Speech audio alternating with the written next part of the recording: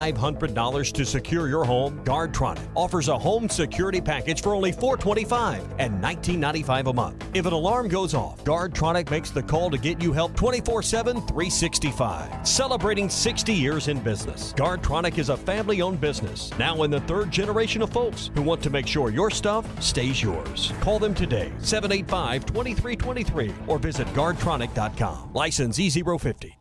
My neighbors always ask me, "Hey Pete, how do you keep your yard so nice?" Pete makes it simple with a Scott's Turf Builder feeding program. It's the best way to get the yard you want all year long, guaranteed. All it takes is 4 easy feedings. Just once in early spring, late spring, summer, and fall. Providing nutrition and weed control to keep your lawn lush and green. So, now you know my secret. This is a Scott's Yard. Pick up a Scott's Turf Builder program today. At AutoZone, helping you get more done is what we do best. Did you know that with the Loan-A-Tool program at AutoZone, you can borrow a specialty tool with no purchase necessary? Choose from over 100 tools to help you get the job done right, no matter how big or small. And right now, you can save with buy one, get one free on Gum Out Regain Complete Fuel System Cleaner. Visit any of the 59 Tacoma AutoZone locations and let's get you what you need. Deposit required. Restrictions and details in store. Get in the zone, AutoZone. Razorback news, podcasts, videos, and tons more online now. Only at hitthatline.com.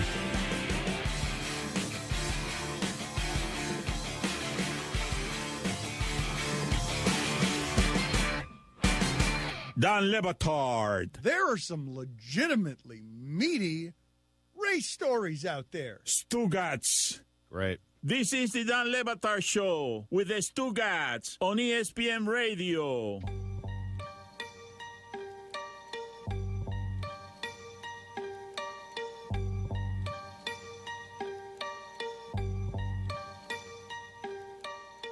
If you missed any of our interviews, go check them out on demand in the Dan Le Batard podcast, brought to you by Capital One. Capital One is reimagining banking, offering accounts with no fees or minimums that can be opened in 5 minutes. Capital One, what's in your wallet? Capital One, N.A., member FDIC.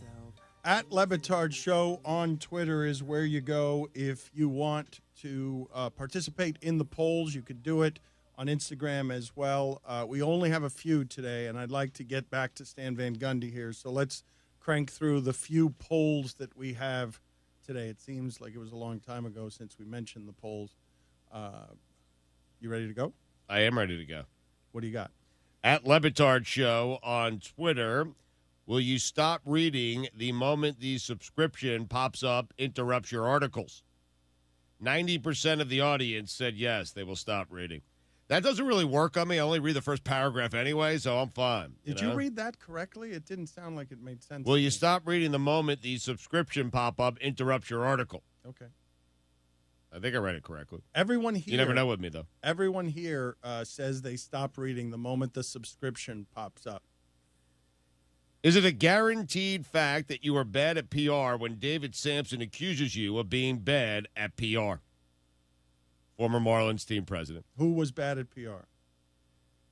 91% of the audience said yes. Is it a guaranteed fact that you are bad at PR when David Sampson accuses you of being bad at PR?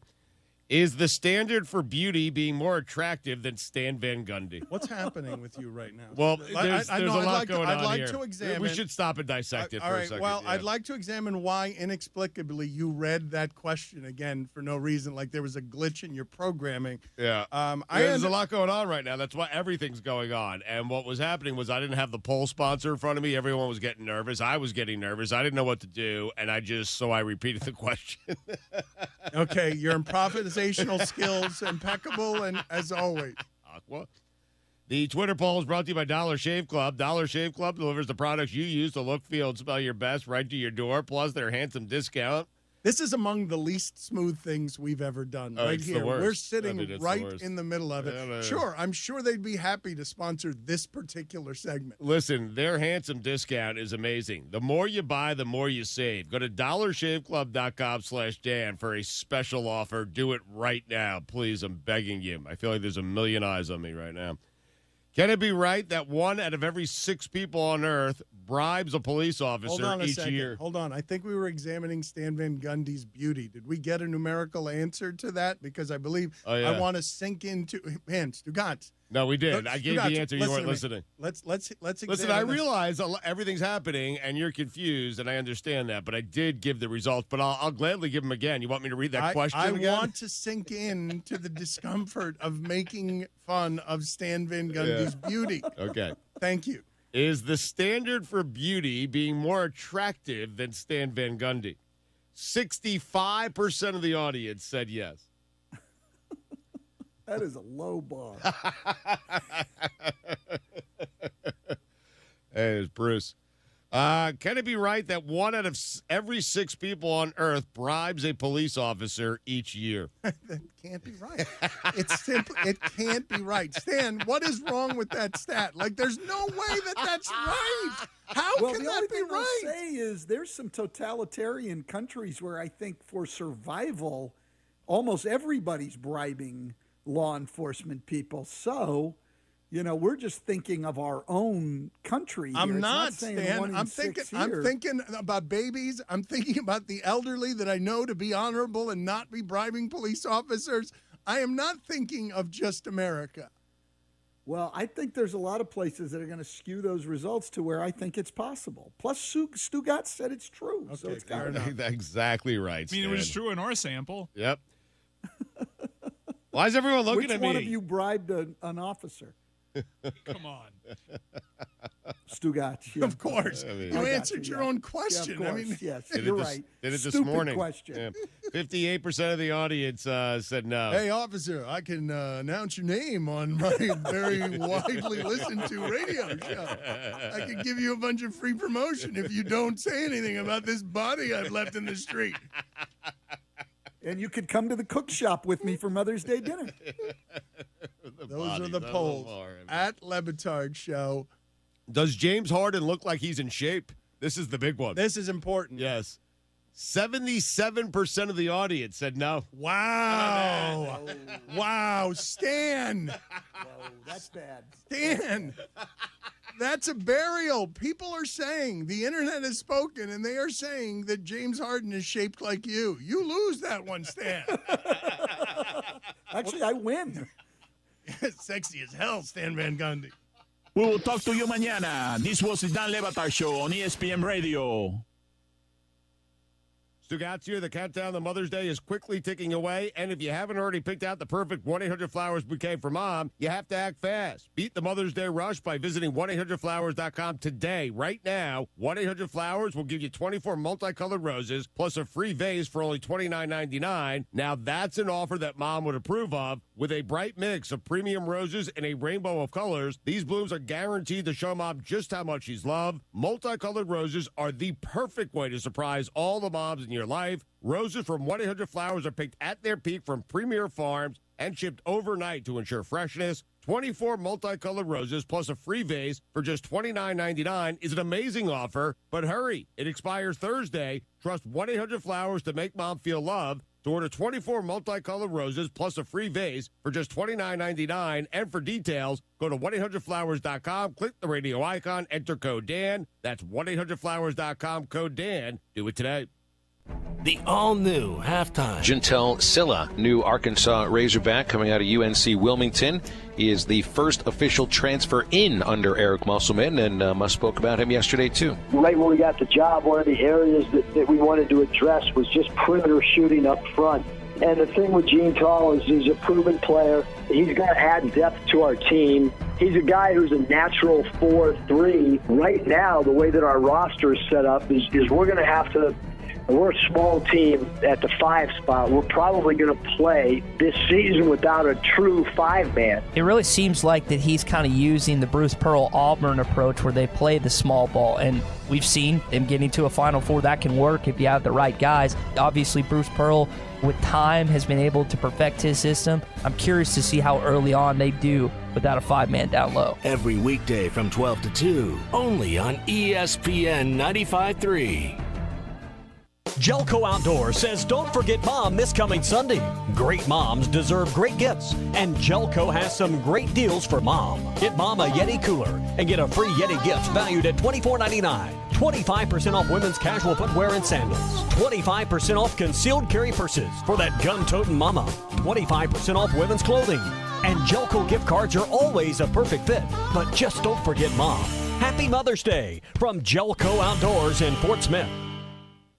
Kick off the season the right way with a new RV from Crabtree RV in Alma. Crabtree is extending our RV show pricing all season long. Check out our spring show specials like a Salem 207 with a slide and bunks for $147 a month. And with RV show pricing, you can take up to $10,000 off of MSRP on new travel trailers and up to $15,000 off new fifth wheels. And we'll still give you more for your trade than the other guys. At Crabtree RV in Alma, where your family's dreams come true. Are your real estate investments being properly managed? Are you sending a check or cashing a check each month? If you're tired of your current property managers, then call Trinity Multifamily. Trinity will qualify your tenants and leases, inspect your properties, and take care of maintenance and provide you with web-based access to current financial reports, leases, and pictures of your property. Call Trinity Multifamily at 479-452-1817 or online at trinitymultifamily.com. Trinity Multifamily, your teammate in the real estate game. Hi, I'm Kelly Smith, owner of Dixie Digital Imaging, the Xerox authorized agency and dealer in the River Valley. The 29 new models of Xerox business printers and copiers represent a quantum leap forward in office technology. They are designed for the way we work today, safely and securely. They're powered by Xerox Connect Key technology. They're innovative and affordable with both black and white and color devices available. For more information, give Dixie Digital a call at 783-6600 or visit us at dixiedigital.com. Dixie Digital Imaging, bringing Xerox document innovations to the River Valley. Sleep apnea isn't just a problem for the older or overweight. It can affect anyone, even children. If you or someone you know is tired all the time, it may be sleep apnea. Without treatment, it can lead to many serious health issues or even a traffic accident. Don't risk your health or that of a loved one. Make an appointment today with Dr. Bo Sparkman at River Valley Sleep Solutions. Treat your apnea without the hassle of a CPAP machine. Go to rivervalleysleep.com. That's rivervalleysleep.com. ESPN Arkansas weather. Cloudy skies, scattered showers and thunderstorms. Our high temperatures low 70s north, near 80 south. We will see a few isolated showers or storms tonight. An overnight low will drop down upper 40s north, mid 50s south, and we should start to clear things out a little later on Friday. I'm Sally Russell with your forecast on ESPN Arkansas. Weather is brought to you by Harry Robinson Buick GMC, where you always get more for your trade. Exit 11 off I-540 in Fort Smith. You can shop anytime at harryrobinson.com. ESPN 2. Here we go. From the Bush and Bushlight Studios, this is ESPN 95.3. Well, this town is a pigskin paradise. KERX, Paris, Fort Smith. Good morning, Vietnam! Broadcasting live from the Bud Light Studio. I love Arkansas! I love everything here! Give me that thing here! On your favorite Arkansas sports talk station. Why did that happen in Fayetteville, Arkansas? Dixon Street. It'll get you. Streaming live from Hit that line. .com. You want answers! I want the truth! You can't handle the truth! This is Halftime. Man, that ball got out of here in a hurry. You know, anything travels that far, ought to have a damn stewardess on it, don't you think? With Phil Elson. Bill, I think you do a spectacular job. And Tye Richardson. Tye, I love the way you talk, buddy. Pack your bags, load them up, gas the car, and raise that bright red flag to the skies. 423 miles away, the Emerald City awaits. The Hogs are going to Omaha. All right, hold on, it's almost halftime. Well, if it's Thursday and you are at a college baseball park, chances are you got a big game coming up. One of the bigger games in your conference, definitely if you're in the SEC. Thursday nights are somewhat akin to, like Monday Night Football. And the Saturday night SEC telecast on CBS. Then there are other weeks where, like last week. Last week, it looked like everybody played on a Thursday. Was it a couple of weeks ago? I forget. But there was a Thursday. I think it was before Easter. That's what it was, where just about everybody in the SEC played on a Thursday, and only one game went to a Sunday. So it didn't quite feel like one of those special Thursdays. You want to know what is so special about today? A Thursday where there is just one game being played in the SEC. They don't have two games to televise today. They don't have one on ESPNU and another on the Deuce or another on the SEC network. No, there's only one game tonight that is being played in SEC baseball, and it's at Baum-Walker Stadium, where I'm set up to get going for the baseball broadcast, and of course in about 6 hours. But before that, we get it going here on halftime, and we're the first in the ballpark today, Ty. That's not bad. I don't think I beat the coaches. I'm sure I did not beat Dave Van Horn or Matt Hobbs or Clay Goodwin. I know I didn't beat Clay in here, the director of operations, because he left me some goodies. So I know he's already been in here. What kind of M&Ms did he leave you? Nothing edible. Nothing edible, just things to adorn myself with in red and white. Oh, okay. So pretty happy about some of the new duds. Nice. Yeah, that's right. So I mean, it already feels like a winning day for me. I got some Razorback gear, and I can't say that every day. People might think I just have like everything under the sun as far as Razorback clothing is concerned. That would be the opposite. I've got about 6 or 7 different shirts, and that's about it. So I'm glad that I got a little bit of a hookup today. But it is a special day. It's a special day today when Arkansas plays LSU. I think in any sport, there's that, every weekend in football, it's got that event feel to it. But there's something different when it's an Arkansas LSU week. I think for Arkansas fans, you would buy in on that. It's different for basketball. You just don't quite have that draw. This year it did. Kind of felt like it did. And it's because LSU, ended up having coming in a higher-ranked team and leaving with an overtime win, and then Arkansas gets – you didn't want it to be the big moment of the season, Ty, but the win at the PMAC was the big moment of the season We for kept basketball. joking about that, Phil, and yet that was the high point of the season. It's like we kept saying the next week on the broadcast, we kept stressing back to the one simple point. This cannot be the high point of your season. And what was it at the end of it? The high point of the season. And it's not even close. Like that without question, was the high point. Maybe you could point to the – Ole Miss win the day that you feted the '94 national championship team, but it didn't quite have the impact of the upset on the road at LSU. Anyway, my whole point is when Arkansas and LSU play on a baseball diamond, both sides are really fired up about it. We have that question about, does LSU view it as a rivalry when it comes to football? Arkansas fans do, probably more so than LSU fans do. I think when it comes to baseball, I think the purple and gold buy into it just as much as the red and white do. The players buy into it as well. The networks obviously buy into it because 2 of these games will be televised not even on the SEC network. You're on the U tonight. You're on ESPN2 on Saturday. So, hey, this feels like a different week, even though today is just one of 30 SEC games, which theoretically means they all mean exactly the same time. But I don't know about you.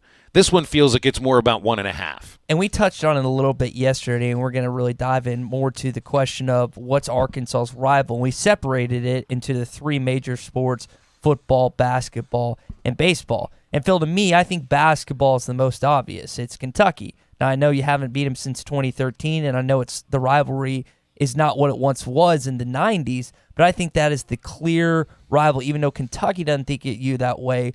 I think that Arkansas fans view Kentucky as their basketball rival. Now, it was interesting last year when you got to play LSU in that Texas in the midweek series in Baum-Walker, and then this year in Austin. But you also got to play them in the College World Series. And I was kind of curious how fans, baseball-wise, would react to that if it would be the same level as LSU. And I think it was pretty good, pretty stinking close. Now, I know it was, you got to play them obviously in the College World Series, and that's obviously, it doesn't matter who you play, that's going to be a really heightened game. But for LSU baseball, it's not often that when Arkansas plays a team they consider a rival that the other team considers Arkansas a rival. And I think we're going to get this question when we talk to Tom Hart. That's one of the questions I've written down is when Arkansas plays LSU in football, as you mentioned, that doesn't feel as much like a two-way rivalry. Phil, Arkansas baseball and LSU baseball, when they meet on the baseball field, that is a two-sided rivalry, despite Arkansas not having much success against the Tigers the last few years. Well, and part of it is also that in order to have this, so I feel like in order to have a rivalry that they want to televise, you got to have a couple of things. One, you got to have a real rivalry means that one team beats the other. So, I mean, and Arkansas hasn't won a lot of games against LSU, not just over the last, 14 seasons, but all time. I mean, they might have lost 22 of the last 28 to LSU, and that feels like it's quite a stretch. But they're also 32-73 all time against LSU, so they're losing about 70% of their games. Still 22 out of 28, I think, is worse than losing 70%. So it's been magnified and amplified. But it just doesn't make sense that over this stretch of 7 seasons now, where you've made it to 2 College World Series, how does that happen? How do you end up with obviously great talent, great coaching, teams that know how to win games?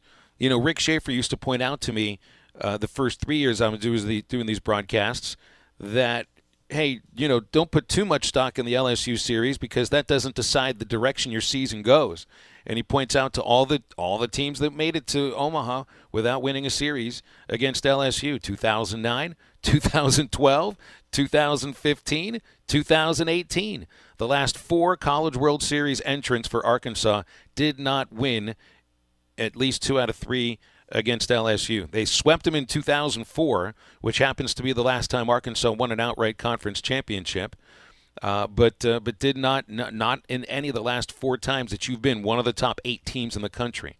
And in a couple of those years, you were either second or third in the country. So, yes, the LSU series does not decide the direction your season goes in.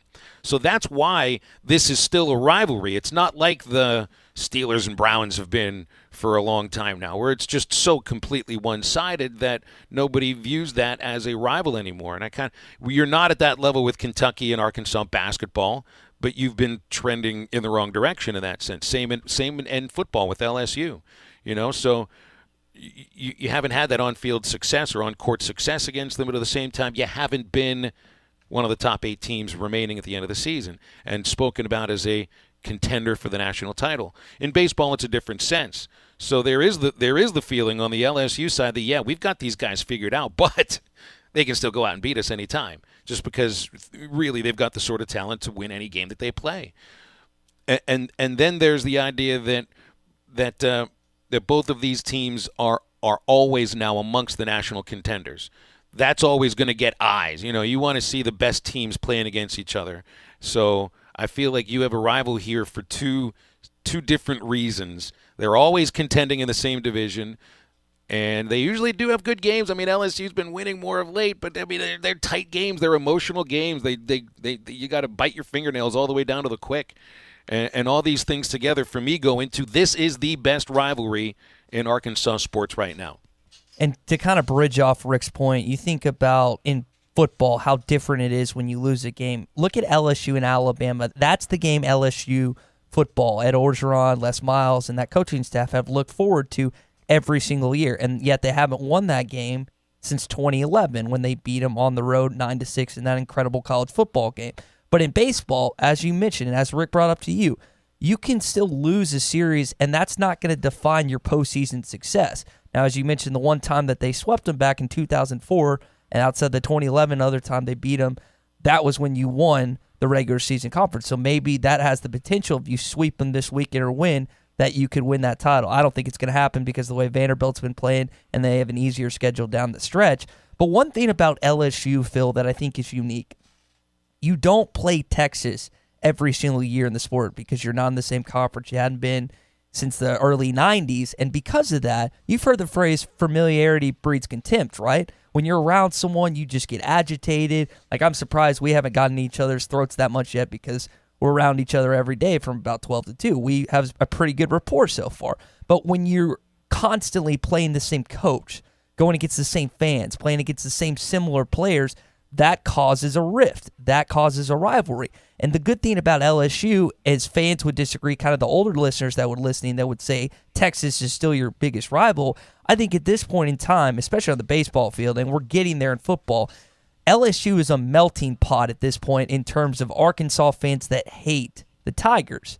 Texas, not so much, because my generation, now I know because of my grandpa and because of older Hawk fans that have told me about their hatred of Texas, I know what that is like. But I only know it to a certain extent because I did not experience the Razorbacks playing them year after year in their respective sports. And so that being said, I think the LSU is only, that rivalry from Arkansas's point of view, is only going to grow because you continuously play them year after year in Arkansas basketball, football, and baseball. Now, you get them the last 2 years, Texas in baseball, and you got them the College World Series.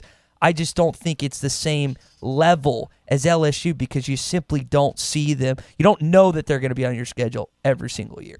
Well, there still is no natural rival for Arkansas inside the SEC, so it's got to be done based upon, a sport-by-sport basis, what seems to mean more. And, in this conference, certainly when you're playing in the divisions that you have in football and in basketball, if you want to say familiarity breeds contempt, well, I mean, these teams ought to hate each other and hate each other more and more every year because you're playing the same 7 teams in football. You're playing the same, 6 teams. You're playing the same 6 teams in football, playing the same 6 teams in baseball every single year. So really, they're all rivals. It's just rivals of a different variety and different, amplification of what that game means.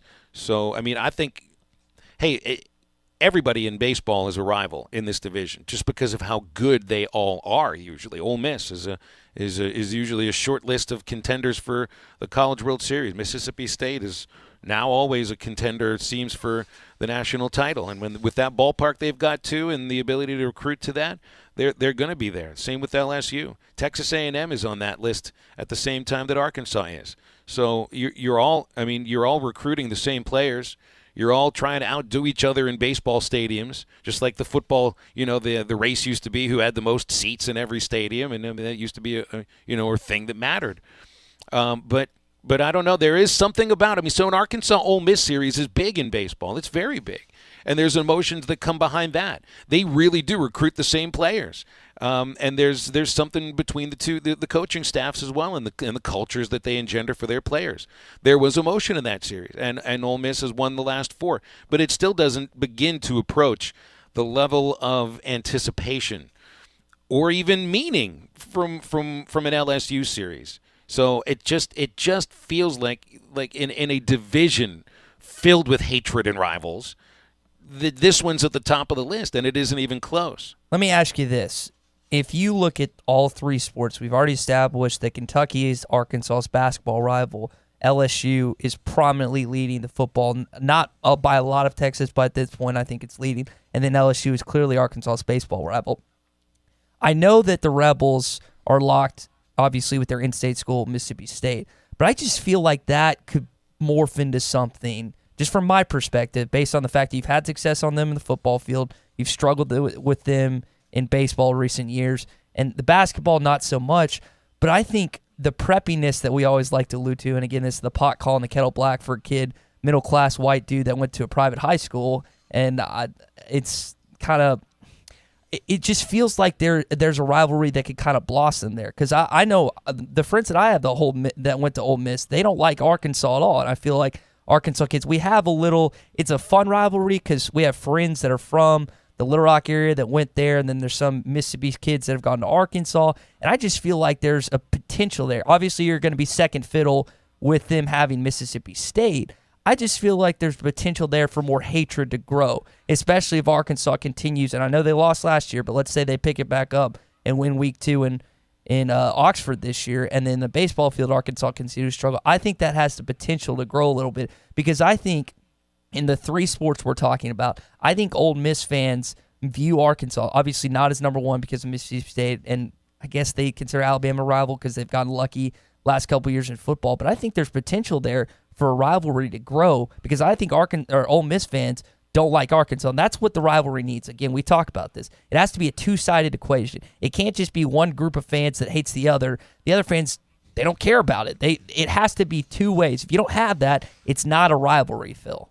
So you can engender your hatred towards the players on the field, right? Because I'm sure there are absolutely plenty of people doing research on players' girlfriends on their social media and things that they've said politically throughout their early teenagehood, years.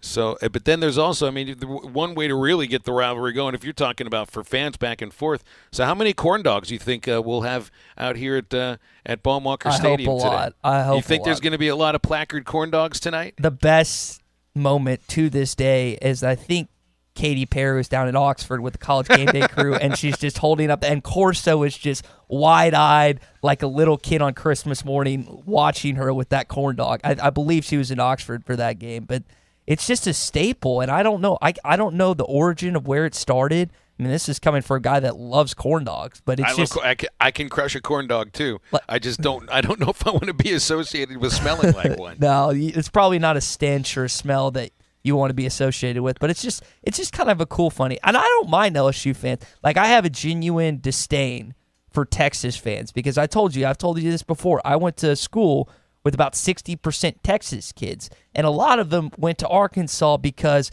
they could get in easier. They got, I think, 90% of their tuition paid. Texas was their first choice, though. And I almost looked down at Arkansas, and that really frustrated me. And so what I did is I took those kids and kind of embodied that as the whole state. I know you don't like to lump the whole state of Texas into this, but there's just such an arrogance about that state. They think of it as its own country, which just annoys the crap out of me. And that's why I think so many older members of the audience that are listening right now have a genuine hate for not only the Texas Longhorns, but the state of Texas itself. It's funny because, there are Texans who are proud of Texans, and then there are Texans who will always love to point to whatever stipulation or article in their state constitution that says that they can secede from the Union, and that they think it's time to do that. They're thinking, okay, I don't think it worked so well the first time around. Yeah, good luck with that. Yeah. Anyway, I don't feel like you view LSU fans the same way. They're just sort of like the drunk uncle that can get nasty every once in a while if he's had a little bit too much. He's talented. But he's into what he's doing, and he's going to be really friendly up until the point where he tips over at when he goes over the edge, when he's over the cusp, as we learned the definition of cusp yesterday. We did. I'll say this, and I've been to Alex Box Stadium twice for 2 series. Arkansas's lost 5 out of the 6 games I've seen there, and those are the friendliest people in the world that work at that stadium, that run the facility, that run the program. I mean, Paul Maneri is as friendly and sunshiny of a college baseball coach that I've ever seen in my life. Do you think how many college baseball coaches do you usually picture as I usually call them, corners of the mouth up people? They're not. Even Dave Van Horn, who I think is an optimistic person and is very friendly, he is not a corners of the mouth up kind of a guy. Paul Maneri is. He just always. I think if they lost 12-1 the other day, and I think after the game, his post-game interview, he sounds like he's smiling. He's probably pretty pissed off, but he always sounds like he's smiling. He just has that air about him, and it fits LSU perfectly because he's a great coach at the same time for a great program with a great fan base. But you can't help but. And here's the other thing about this Arkansas-LSU thing. And there's a little bit of jealousy going on with that. Just a little bit. They have the 6 national titles. They have been the top draw in college baseball statistically. And I think some Arkansas fans say, okay, we'll show you paid attendance numbers and actual attendance numbers. But, I mean, the LSU can always point to the idea that, yes, they've led college baseball in attendance for like 15 straight years. And somebody has to be out there to admit it a little bit. I'm not saying that that's what it's about for the players or that's what it's about for the coaches. But for the fan bases, there's got to be a little bit of the jealousy going on with that. And I can't blame you for feeling that if you do. So there's also the rivalry of wanting to attain what the other has attained half a dozen times that you felt you were so close to last year. So that's also part of it. But, hey, a series win against LSU this weekend does not win you a national title. It just gets you a step towards a division title, which gets you a national seed, which gets you nothing but home games, which for this program should get you to Omaha, and then, maybe then, you can worry about the national title. And there's 2 more programs we got to touch on or people are going to get mad. Missouri, it's just not a rivalry. It doesn't matter what the SEC tries to do. It's not a rivalry in basketball. It's not a rivalry in football. It's not a rivalry in baseball. It had that little pocket of hope when Frank Haith and Mike Anderson were going at it early on, but it's just not. They want it to be as much as possible. It would be a natural rivalry for Arkansas. You're just not going to get Arkansas fans, coaches, and players to buy in saying Arkansas is a rival. And the other one, it's the community college up in Jonesboro that Andy Hodges likes to refer to it as. Until they're not a rivalry because they don't play They don't play on the gridiron. They don't Who play has on the baseball field. Who has ever referred to Arkansas State and Arkansas as rivals? You'd be surprised at some of the if people. for nothing other than students. That's more of a point. In Arkansas, I don't think at any point in time you would say an Arkansas fan has referred to Arkansas State as a rival. But I know Arkansas State because I've talked to them, I've talked to fans, not so much players and coaches, but they have referred to Arkansas as a rival simply because they won't play them. But Phil, the definition of a rival is when you compete in something, and they simply won't do that. Hopefully, fingers crossed. I know we had a little debate on that the other day, but hopefully that doesn't happen anytime soon. Still, for me, the biggest rival in sports overall for Arkansas is LSU, but it's just funny how when A&M and Missouri joined the SEC, how now Arkansas and Missouri are supposed to be rivals, and LSU and Texas A&M are also kind of supposed to be rivals as well. But now they have a reason to feel that with the movement of Scott Woodard, the new athletic director, leaving from A&M over to LSU. I felt like that helped a little bit with the Missouri-Arkansas thing because of Mike Anderson jettisoning out of Columbia for Arkansas, but they didn't sell the basketball end of that as the rivalry. It sold as a football rivalry. But you couldn't do it at that point. I know the Kentucky thing, and with kind of and we didn't really mention A&M, but that's another one you think about, a program you hadn't beat since 2011. You had the Johnny Manziel, just kind of charade where a lot of people. I love Johnny Manziel. Johnny Football is one of my favorite athletes that I've ever gotten to watch, but his personality, his antics on and off the field caused a lot of Arkansas fans to not like him. And when you lose to a team like Arkansas has over years, that's going to increase the rivalry between two schools. And that's why Arkansas fans consider Texas A&M not the top rival, but probably one of the top four. We'll continue to talk Arkansas LSU baseball. We also have Bob Holt at the bottom of the hour. We'll have Tom Hart, who is on the call for 2 of the 3 games here on ESPN later on in hour number 2 on Halftime on ESPN Arkansas and hitthatline.com. No hidden agendas on this program. You're listening to Halftime. Locally owned Lumber One can handle all of your building needs. They've built their business on having great relationships with everybody from contractors and builders to the everyday build-it-yourself. Lumber One is a full-line door shop to handle all of your door, window, and trim needs. And along with lumber, roofing and drywall products, attic wall and floor insulation is available. Lumber One also does blueprint takeoff with access to design services with estimates available. So go where the pros go. Lumber One, located on Industrial Park Road in Van Buren. Evans Body Shop is ready to get your vehicle spiffed up for all the fun activities and trips that come along with the summer. Spend your days at the pool, not worrying about getting your car fixed. We'll do that for you. We will work with you and your insurance company to make the entire process easy. Follow us on Facebook so that you won't miss your chance to win Parrot Island tickets throughout the summer. Stop in today, 412 Gordon Avenue, Van Buren, and you'll see why we say Evans Body Shop, where we meet the nicest people by accident. They worked through any problems that came up and got me driving a very nice car. I found the people at Hertz Car Sales to be very helpful and easy to work with. This is what buying a car should be like. Why not make the short drive to 2810 Midland Boulevard or give them a call at 783-1722. You can also check them out on the web at buyfromhertz.com. Trade-ins are always welcome. Stop by Hertz Car Sales today. You'll be glad you did. Looking to upgrade your fleet or needing professional service to your existing fleet? Carco International of Fort Smith offers the latest trucks and equipment in the industry. With over 70 years in the trucking and equipment business, they have the experience to keep you on the road. Carco International offers professional service after the sale. Carco International Parts Department supplies all makes, parts, and gives expert service. Carco International is the answer. Leave it to the pros to keep you on the road. Carco International, located at 2721 Midland Boulevard in Fort Smith. Joe's Grill and Cantina is the only place to watch the Hogs. Watch every game at Joe's. Enjoy half-price apps and taps during the game. And with TVs all around the restaurant, you'll have a front row seat. Half-price appetizers like brisket nachos, Mexican pizza, 10-layer dip, or Joe's humongous sampler platter. All half-price. And all beers on tap are half-price. Watch every Hog game at Joe's. Half-price apps and taps during every Hog game at Joe's Grill and Cantina, 3400 South 74th Street across from Harps. At Mosquito Joe, we often hear customers say,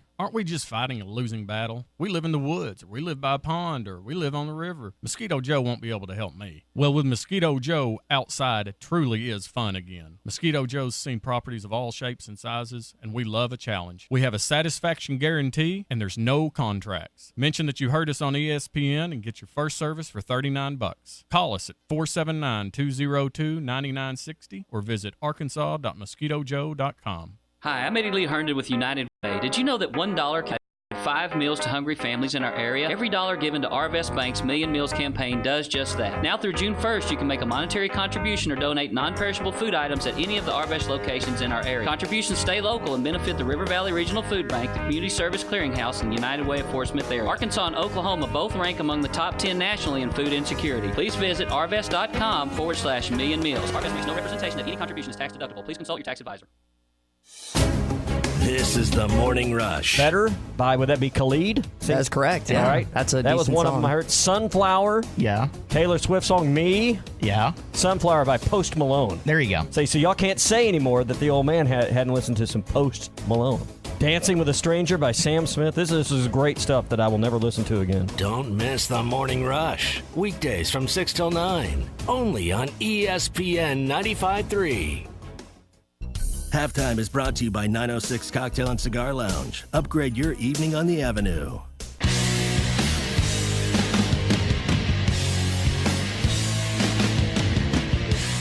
You're listening to Halftime with Phil Elson and Tye Richardson. The pitch to Fletcher is hammered high and deep to right field. Way back is McNamee at the wall. Get out of here! Dominic Fletcher goes over the right field fence. That'll be a 6:30 first pitch tonight. Airtime on ESPN Arkansas, 6 o'clock. Arkansas baseball versus LSU. 6 games remaining in the regular season. Arkansas entering with 37 wins and 12 losses, 17-7 in the SEC. So if they finish with a 3-3 record over these next 6, and this is not a 3-3 team over the last 6 games, even though you're playing 2 good teams, then you're going to finish with at least 20 conference wins, which would be just the second time it's ever happened. Now, I went into yesterday's show, Ty, giving real reasons. You know, I'd exercised the demon of the stupid rally possum on Tuesday. Yesterday, I gave what I think are concrete reasons why Arkansas is just in a better position than LSU to be on this baseball diamond today, and it doesn't really have anything to do with where you're playing at home at Baum Stadium. Pitching staff is just a little more settled for Arkansas than LSU. Now, this LSU team can hurt you with the bat. There's no doubt about it. Josh Smith, junior shortstop, returning after missing last year with a back injury, hitting .348, plus 7 home runs. Daniel Cabrera, outstanding sophomore outfielder with left-handed power, has hit 9 home runs, is slugging .541. Antoine Duplantis and Chris Reed have been there for 4 years each. Duplantis is, I think, 3rd all-time in base hits in the SEC. He's hitting .305 with 50 runs batted. This is a team that can still hurt you with the bat. But Arkansas can hurt them with the bat, I think, more than LSU can against Arkansas's pitching staff. And there's a big discrepancy in success for the starting pitchers that get the ball today, which is for Arkansas. Isaiah Campbell's been your ace, and I think one of the best 3 or 4 starting pitchers in the SEC all year long. 8-1, 254 earned run average, and coming off a dominant performance against Kentucky. Mikhail Hilliard is kind of forced into the opening game role, and he's been more of a Saturday to Sunday guy. Hilliard, he's got good stuff, but he's been knocked around. He's got a 9.39 ERA in SEC ball games. Overall, that earned run average is .459. And so, I mean, it's not a bad ERA overall, but it looks like the SEC teams have got him figured out. LSU throws Eric Walker on Friday. He was the hog killer 2 years ago who sat out last year because of Tommy John surgery. And then they throw a freshman, Landon Marceau, on Saturday. Marceau didn't get out of the second inning against Ole Miss this past Sunday. So Arkansas, when we've talked about Wicklander, we talked about Noland, they have been the reason to me that this team has kind of settled into the run that we've seen them do lately, just because they have helped everything else fall in place to where you're just a more settled ball club on that pitcher's mound. So we talked about Casey Opitz earlier this week, had him on earlier. and how solid he's been, not only with timely hitting, but his ability to throw out potential base stealers. LSU doesn't have that same threat behind the plate in terms of just arms and stuff. They've been a little consistent. How much does Arkansas need to use their team speed this weekend getting extra bases? Well, I mean, for one thing, it's a team that is built on doubles, balls to the gap in right center. So, I mean, their base running isn't going to change on batted balls depending on who they're playing. But I think their strategy of being a little more of a conservative team as far as stealing bases in the SEC could change this weekend. Now, part of being an unsettled pitching staff also is that you might be more unsettled in holding runners because when it comes to the base stealing game and controlling it, it's a two-man team against a one-man team. It's the pitcher and catcher working against the base runner. So you've got to have the pitcher and catcher working in quick tandem. And I don't know too much about as far as the arm strength of the two catchers that LSU puts out there, who are Brock Mathis and Saul Garza. But I'll tell you that their pitchers probably have struggled to limit runners to good jumps. And that's what's going to be the difference. If Arkansas runners feel that they can get a good jump, if Trevor Ezell, Casey Martin, Jack Kenley, Christian Franklin, these are your four best base stealers, if they feel that they get a good jump and they get the green light in a certain situation, I think that that's something that could come up very big, putting certain batters in position with a fly ball to bring in a run, because I think you might have a chance to steal third base on occasion, or just a single to score a guy from second base. So I think that's an astute look, because LSU this year has allowed 76 stolen bases in 88 attempts. So they are really struggling to control the running game. Here's the other question I've had. Well, before we get to Bob Holt, it's the question of if let's say Arkansas wins game 1 and then game 2 Wick Lair comes in. They've listed starting pitcher game 3 is still a TBA, correct?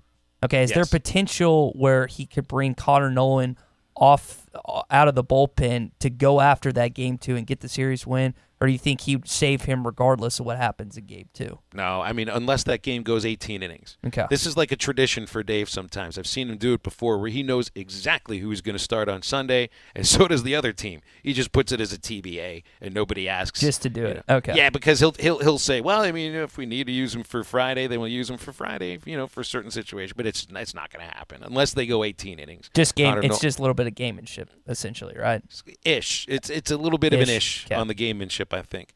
All right, we'll talk with Bob Holt. We'll preview Arkansas baseball with the scribe from the Arkansas Democrat-Gazette after this break on Halftime on ESPN Arkansas and hitthatline.com. No hidden agendas on this program. You're listening to Halftime.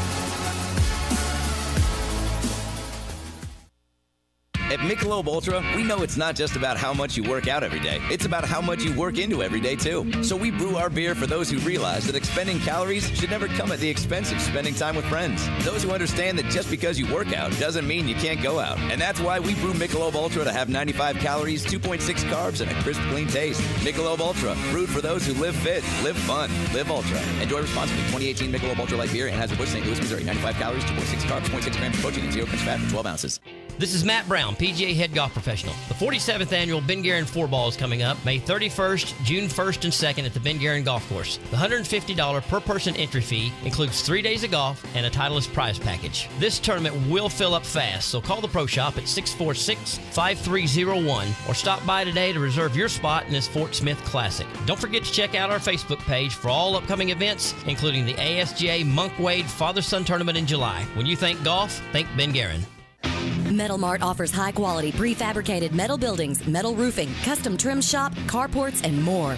They strive to be a company where contractors as well as do-it-yourselfers are welcome. Metal Mart assists you in calculating the materials needed to complete your project, all at a rate you can afford. Stop by 7320 Highway 271 South in Fort Smith or call 648-3342. You can also catch them online at metalmarts.com. Metal Mart, the right material for the right price. You know the Sunbelt Chemical and Equipment in Fort Smith is your go-to shop for everything pressure washers. But did you know that they also handle your industrial pump and supply needs too? It doesn't stop there. Sunbelt Chemical and Equipment's industrial vacuum trucks can handle dry, liquid, and even sludge removal from several hundred feet away. Leave the cleanup to the professionals. Contact Sunbelt Chemical and Equipment at 782-3762. That's 782-3762. Sunbelt Chemical and Equipment, 3116 Wheeler Avenue in Fort Smith. For 55 years, Dunn Ford Company in Stigler, Oklahoma has been taking pride in the Ford cars and trucks we sell and service. At our Commercial Vehicle Center, we have the full line of Ford F-Series, Super Duty, and Medium Duty trucks. The Quick Lane at Dunn Ford does routine service and tires on all makes and models. Ask for the works, a 5-quart oil and filter change, tire rotation, and multi-point inspection for $39.95 or less. Dunn Ford in Stigler, 918-967-3384 or DunnFordCompany.com. Tommy Kraft for the Fence Man. Do you own a business that needs more security? Or maybe you just want a better look and more curb appeal? A new fence from the Fence Man can give you both. In business for more than 40 years, the Fence Man can custom install any type of fencing, gates, controlled access, and card readers. Call the Fence Man for a quick, no obligations quote. 479-782-3936. That's 782-3936. The Fence Man. He ain't afraid of no work. Halftime is brought to you by Orr Auto Park. Score more with Orr.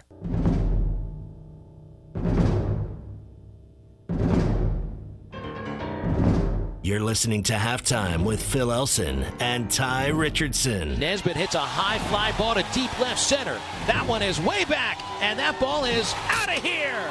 Jacob Nesbitt hits a 3-run homer to cap off the 6th inning.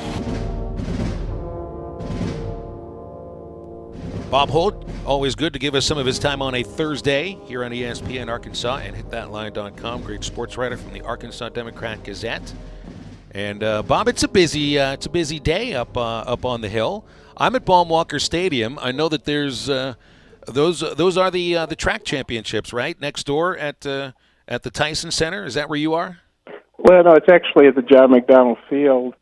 The outdoor track is down, by Walton Arena, just down the racetrack road. If you're a Hammer fan, they actually have the men's Hammer going right now. So yeah, the meets starts today, and it's going to get really hot and heavy on Friday and Saturday.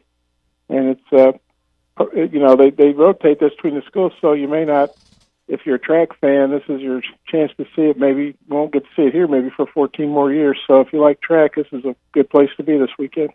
Although I know there's obviously a lot going on with the LSU series and graduation and the Bentonville Film Festival, and I got to believe there aren't too many hotel rooms in Fayetteville this weekend that are available. No, not many left over, and even the Super 8s are jacking their prices up. So, yeah, you better bring your own pillow. So, I mean, so it's it's always pointed out to me that the LSU series does not win you a national championship. This is it's 3 of 30 games.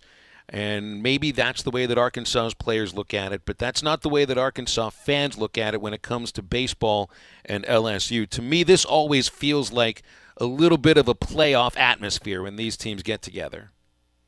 Yeah, I mean, LSU's obviously they're sort of the Alabama. If you're thinking about Alabama football, Kentucky basketball, that's what LSU baseball is, the SEC. And obviously Arkansas's got a great, top 10 program too, but they struggle to beat LSU, and obviously a lot of other teams have too. That's why LSU's so good. But it's hard to believe Arkansas. I think Arkansas hadn't won the series against LSU since 2011. That's just really hard to believe.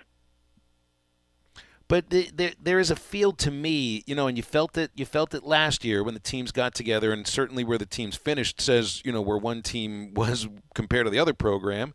But these last 2 years, there's been a feeling that Arkansas may be a little ahead of LSU as far as results on the field. I know LSU was picked number 1 in a lot of the preseason polls, but I don't know. Arkansas's in a much better position. Do you feel like there's a different feel to this series than there have been in previous years? Yeah, I mean, Arkansas is, obviously ranked a lot higher, has a better record leading the division. On paper, Arkansas should win this series. But I do think, I don't think the players feel this way, but just as a media person, I guess, and I think fans might feel this way, I don't know, but you just feel like LSU's you still got to go out there and prove you're better because they've had Arkansas's number for so long. and I think they've won about 70% of the games against Arkansas over the years. And like I said, they've won. I mean, they're their best program in the SEC for the last 25 years or whatever it's been. They're going back to the mid '90s, or early '90s. But yeah, on paper, Arkansas's got a better team. They're at home. They should win the series. LSU's really struggled. I think they've lost like 5 in-state teams this year because those are midweek games. They've had some injuries with their pitchers. But, yeah, I mean, Arkansas, it looks to have a better team, should win this series. But if you're LSU, I just feel like you got to feel confident because you've had Arkansas's number for all these years. Talking with Bob Holt, Arkansas Democrat-Gazette. He's covered the Razorbacks since 1981. Bob, one of the questions we open with the show is the kind of the true rival for Arkansas in each sport. It's pretty obvious that it's Kentucky in basketball. It's a little more skewed in terms of football, baseball. It's LSU. With Arkansas not playing Texas every single year anymore, how much do you think that rivalry has dwindled amongst Razorback fans? You talking about the rivalry with LSU? No, sorry, the rivalry with Texas. Since you play the LSU every year, and that's kind of been more consistent. How much is that rivalry with the Texas Longhorns dwindled? Oh, I think it depends on your age. I think maybe for people your age, it's not that big a deal because, Arkansas hadn't been in the same conference as Texas since, I guess, 1991, although they've obviously played them in football and basketball and baseball since then.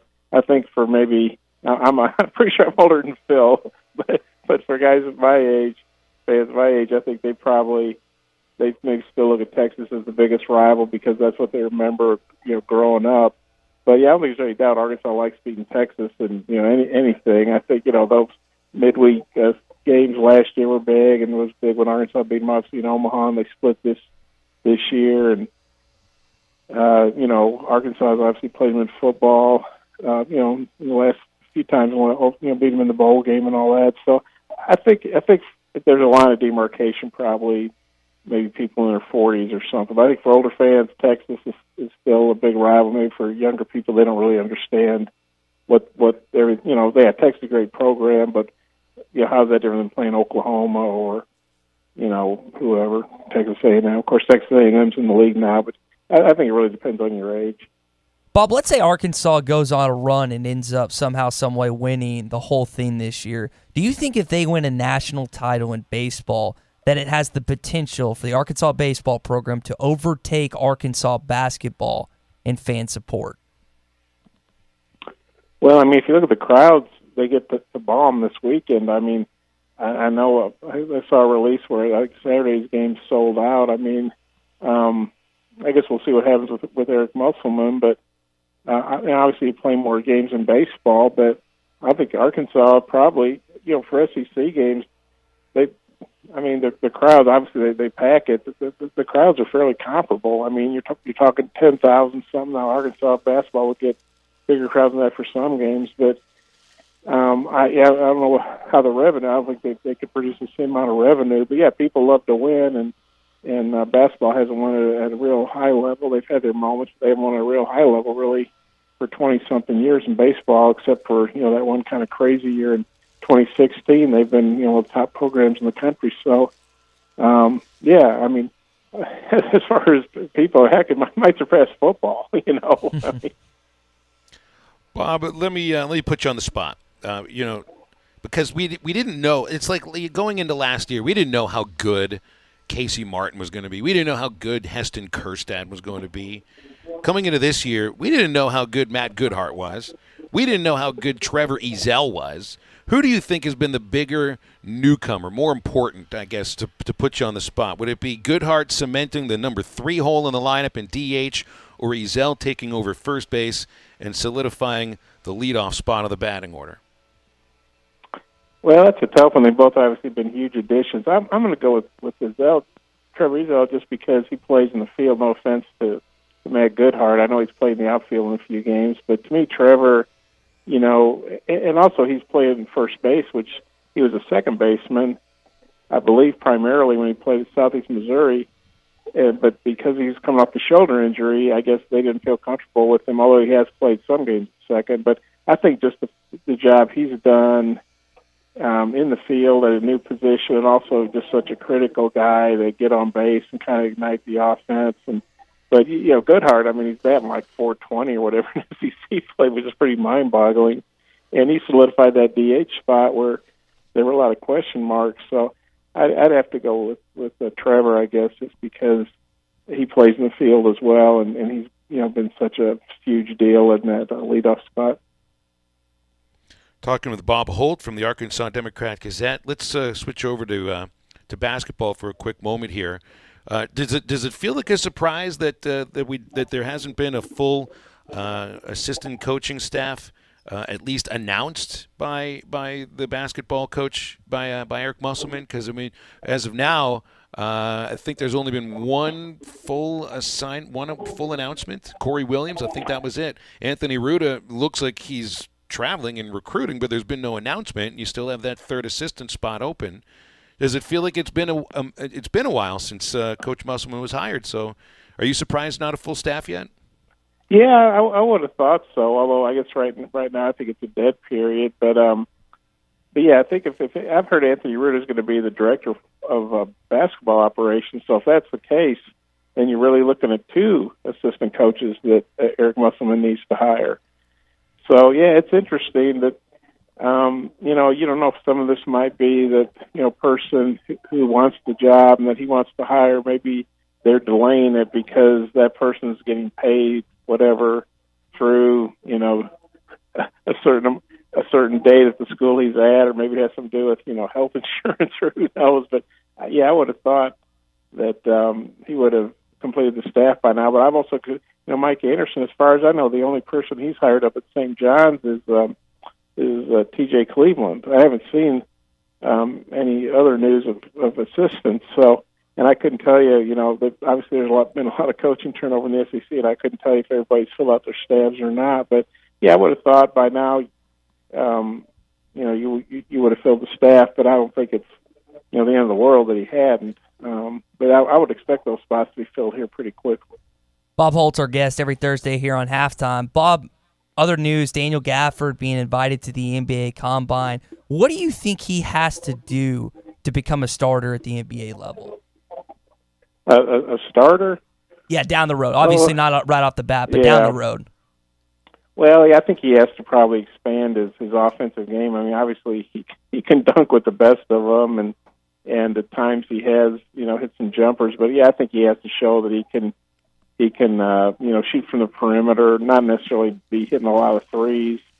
Although, you watch the NBA playoffs, which I got to admit I don't watch the NBA much during the regular season. At the playoffs, you see some of these big guys out there knocking down threes. It's pretty impressive. So, and really, Bobby Portis has become a really great three-point shooter. And Bobby was a pretty good perimeter player here, but he didn't take a ton of threes that I recall. Daniel, I don't think ever attempted a three here, which probably is a smart thing. That really obviously wasn't his game. But I think he has to expand his game offensively. Obviously, he needs to become a better free throw shooter, more consistent, because you figure he's a guy that's going to get fouled a lot. And he still needs to add, upper body strength, because he's going to be in there, with some big guys. Although I don't know that Daniel's game is necessarily back to the basket, or, the NBA is such a free-flowing, open-court game now. Like, so you see all these big guys out there at the three-point line. And so, I don't know that Daniel has to be like a big banger inside. But, yeah, I think he needs to improve his, perimeter shooting by quite a bit, free throw shooting, and just, add strength, Bob, let me top off the interview with this. Did you happen to see the video with Aaron Rodgers and Danica Patrick at the Bucks game last night? Yeah, I did see that on Twitter. That was interesting. I didn't know if that guy knew them or was friends. I guess they were sitting in, obviously, I think Aaron Rodgers was a part owner of the Bucks. Obviously, he's a pretty big shot, particularly in the state of Wisconsin. So they have the courtside seats. I guess they have the fancy schmancy, like seat side service there where they bring you a beer or wine or that. Yeah, that was pretty interesting. But I would be curious if he knew them at all, or he was just buying them drinks. I assume Aaron Rodgers could afford to buy your drinks too. All right, well, I guess I've got a video that I need to be watching at some point during the next break. Bob, thanks for your time, as always. See you at Baum this week. Okay, actually, I'll be over here at track all weekend. So, but Tom Murphy and Matt Jones will be there.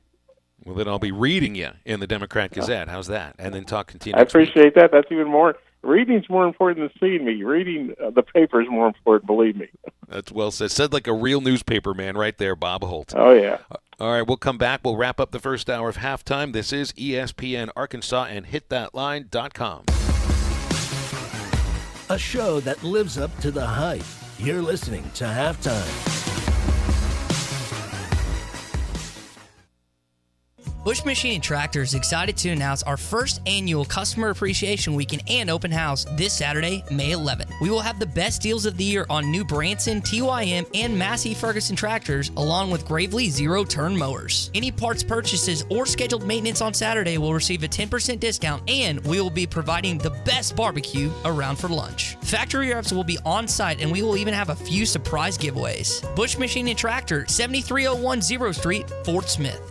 When's the last time you did date night at Doe's? Doe's Steakhouse always has the charm and great atmosphere. Plus, the area's largest selection of in-stock wines. And all of the award-winning steaks at Doe's are perfect for sharing. And there's no charge for an extra side or salad when you share. Doe's is proud to be the premier steakhouse in Fort Smith at 422 North 3rd. Open 5 till 9 Monday through Thursday and 5 till 10 p.m. on Friday and Saturday. So make it a date night at Doe's for a great experience every time. Elite Roofing is a locally owned roofing contractor. If you're building a new home or maybe need a new roof on your existing home, Elite Roofing can take care of you. Elite Roofing is known for their dependability and reliability. Just ask any of their satisfied customers. They are licensed and insured, and references are available upon request. If you need a roof, call your local roofing contractors. Elite Roofing, 478-8668. That's 478-8668. Elite Roofing, 478-8668. Win the battle against weeds with a trip to Meadows Lumber True Value. Save now on Roundup Concentrated Weed and Grass Killer. A 36.8-ounce bottle is just $18.99 after a $4 instant rebate for True Value Rewards members.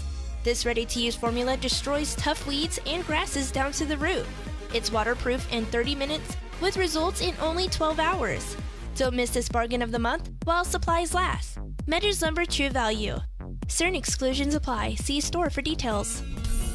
You know, a night out with friends can be so much more. Upgrade your evening at 906 Cocktail and Cigar Lounge on the Avenue. Rediscover life's simple pleasures. Dial back, slow down, and immerse yourself in what true relaxation can be. Top shelf wines and liquors, premium beers, world-class cigars, all in an atmosphere that feels less like a lounge and more like a destination. Sample, indulge, escape.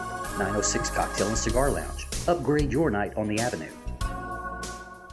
Hi, I'm Lisa Hinton. You asked, and we listened. New financing options available now at Champ Hinton Enterprises. Can you believe payments starting at $150 a month? 5-minute credit approvals and 0 down with trade-ins. Come find out for yourself why we have been serving families in the River Valley for over 38 years with over 35,000 cars, trucks, and SUVs sold. We treat you like family. Champ Hinton Enterprises, I-540 at the Arcoma exit, or champhinton.com. ProCare Family Health with locations in Bonanza, Chaffee Crossing, and at their new location in Poto. 1103 Dewey Avenue in Poto is your primary care clinic, acting as a principal point of healthcare to patients of all ages. Their emphasis is to educate patients about their health and how to maintain it throughout their lifetime. They are devoted to the best research models so that their patients can get the highest standard of care. ProCare Family Health can assist with weight loss, testosterone injections, diabetes, and cortisone shots. ProCare Family Health, dedicating to meeting your healthcare needs. Arkansas Fuel Injection in Fort Smith has been providing quality work for all new and rebuilt diesel pumps and injectors for over 25 years. They are a certified diesel shop with a team of quality technicians that ensure the highest quality workmanship and warranties all their work. They are open Monday through Friday 8 to 5 and has emergency service available 24 hours a day. For all your diesel pump, fuel injection, and parts needs, stop by Arkansas Fuel Injection, 6300 South 29th Street, Fort Smith. Call them today at 1-800-817-7709. Arkansas Fuel Injection. Halftime is brought to you by 906 Cocktail and Cigar Lounge. Upgrade your evening on the Avenue.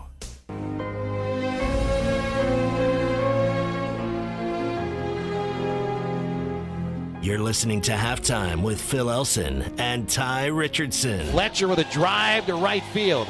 Wow. Look at that one go. That is way out of here. Over the bullpen fence. Dominic Fletcher with a moonshot through the wind. I don't read message boards very much, but maybe I should. TigerDroppings.com, which covers LSU athletics, of course. has a whole thread asking, why do people say we smell like corn dogs? It's great. I mean, it's stuck in their crawfish, essentially, I think. We cook so much pregame that we smell like food. My favorite answer here is one person says, because it bothers you. Bingo. I think that's exactly the reason why. It's kind of like when you make fun of Missouri fans saying they don't belong in the SEC, even though they went to 2 SEC championships. That you just say it's not because it's true. You just say it because it ticks them off. It doesn't have any facts behind it. It's just funny that it irritates the crap out of them, Phil. And the same way applies to LSU. A fresh corn dog has a great scent to it, really. I mean, a fresh corn dog right out of the fryer, that smells beautiful. Yeah, State Fair. Mm-hmm. Oh, yeah. Absolutely. It's just the ones that have been around for about 5 hours outside drinking booze and screaming their heads off. That doesn't smell so good. We'll come back second hour next. This is ESPN Arkansas and hitthatline.com. The new Harry Robinson Salisal Ford has a bigger selection with over 200 vehicles in stock, personal service from a staff that is ready to work with you, and an all-new service department that's friendly and will fix your car right the first time. This is our promise to you at the new Harry Robinson Salisal Ford, 1 mile south of exit 308 off I-40 in Salisal, Oklahoma. Harry Robinson Salisal Ford. Being the family superhero is a tireless job, constantly defending against monsters in the closet and grass so tall it swallows small children. But who's there for them if you're not? Your local Shelter Insurance agent. With an insurance superhero sidekick, you can find a life insurance plan that helps provide a safety net for your family. Learn more at shelterinsurance.com. We're your shield. We're your shelter. Shelter Life Insurance Company, Columbia, Missouri. Ask Shelter agents Marsha Cox or Phil Hicks about a free insurance review. This Memorial Day weekend, it's the 18th annual Madison May, brought to you by Come Get You Some and Performance Center, presented by Extreme Diesel. A family fun weekend of off-road competition at Birds Adventure Center in Cass, Arkansas. Live music, a poker run along with great prizes, and all the off-road competition you can handle. All four-wheelers and UTVs, welcome. For event information, call 479-782-6833. Camping info, call 479-667-4066. Madness in May, this Memorial Day weekend, brought to you by Come Get You Some, presented by Extreme Diesel. What are people saying about the Links at Chaffee Crossing? Number one, it was by far the best barbecue I've had with great sides. Number two, it was a great place to sit down and watch the game on TV while having your favorite drink or beer. Come and enjoy Links at Chaffee Crossing. Relax atmosphere, great barbecue, burgers, and more. Plenty of TVs to watch the game, game room with the pool table along with full bar and lots of cold beer. Good food and good times are all at the Links at Chaffee Crossing off Custer Boulevard in Fort Smith. True Grit Running Company is where perseverance meets passion. Whether you're training for your next marathon or just comfortable shoes to keep up with your kids, we have the gear to help you reach your goals. With our slow motion gait analysis and our extensive product knowledge, we have the right pair of shoes for you. We also carry apparel, nutrition, hydration accessories, injury prevention gear, and recovery products. We offer classes, workshops, and group runs. Lace up, show up, and get your grit on. True Grit Running Company, 6808 Rogers Avenue, Suite B, behind Chick-fil-A. ESPN Arkansas weather. Very, very heavy rainfall and some strong storms possible tonight. Our overnight lows will drop down in the low to mid 60s. We'll see more scattered rain and thunder for Thursday. Temperatures will be falling through the 70s as we head through the afternoon, and across the north falling into the mid 60s. I'm Sally Russell with your forecast on ESPN Arkansas. Weather is brought to you by Harry Robinson Buick GMC, where you always get more for your trade. Exit 11 off I-540 in Fort Smith. You can shop anytime at harryrobinson.com. I hate everything you just said. KERX Paris Fort Smith. This is Halftime, coming at you from the Bush and Bushlight Studios on ESPN 95.3. They're hilarious. Good morning, Vietnam! Broadcasting live from the Bud Light Studio. I love Arkansas. I love everything here. Give me that thing here. Woo! On your favorite Arkansas sports talk station. Why did that happen in Fayetteville, Arkansas? Dixon Street. It'll get you. Streaming live from hitthatline.com. You want answers. I want the truth. You can't handle the truth. This is Halftime. Man, that ball got out of here in a hurry. You know, anything travels that far, ought to have a damn stewardess on it, don't you think? With Phil Elson. Phil, I think you do a spectacular job. And Tye Richardson. Tye, I love the way you talk, buddy. Pack your bags, load them up, gas the car, and raise that bright red flag to the skies. 423 miles away, the Emerald City awaits. The Hogs are going to Omaha. But hold on, it's almost halftime.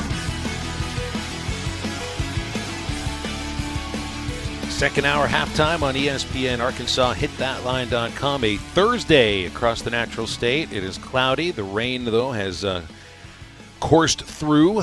Lots of rain. Goodness gracious, did it not stop coming down for a good while there? Even had a little mist, a little drizzle as I was making my way up into Fayetteville to get the equipment set up and get set for the show and all of that.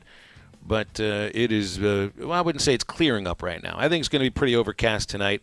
Chance of rain on Saturday. Hopefully that'll hold off. We need to play 3 9-inning games in 3 days. That's what I'm hoping for. And I don't like these 7-inning games that you have to play on a doubleheader on getaway day. So it'd be better if you had to play 2 to do it on Friday, obviously. But I don't know. I feel like Arkansas LSU should be 3 days, 3 games, all 9 innings, and hopefully at least 2 Arkansas wins. So Tommy asked that question on the Morning Rush. They would still have to play 2 7-inning games, even though no game is scheduled for Sunday. They couldn't just push it back a day. That's not in the correct. SEC. That's a bummer. Right, yeah. Now you're essentially given a window of 3 days to complete 3 games. Okay. And you may not take an extra day no matter what, even if classes are done. I think LSU's done with classes. Arkansas players are wrapping up their finals. Didn't Jack Kenley tell us he's got a final exam today before the start of the series? Yeah, how about that tryhard coming on the show and still studying? Well, I say that. I did all sorts of things during my finals week. Didn't exactly put a lot of effort into studying. I don't know what his major is. I just know my major, I didn't have to put maximum effort into when it came to my coursework. Yeah, so you can't take that series to a Sunday no matter what. So that's why you would have to do 2 7s on Saturday. But that's not going to happen. I mean, if anything, I don't think they're worried about it right now, but if anything, you would take Saturday's game and move it to Friday and play 2 9-inning games on Friday. But again, I don't know if that's what they're looking at or if that's what they're thinking.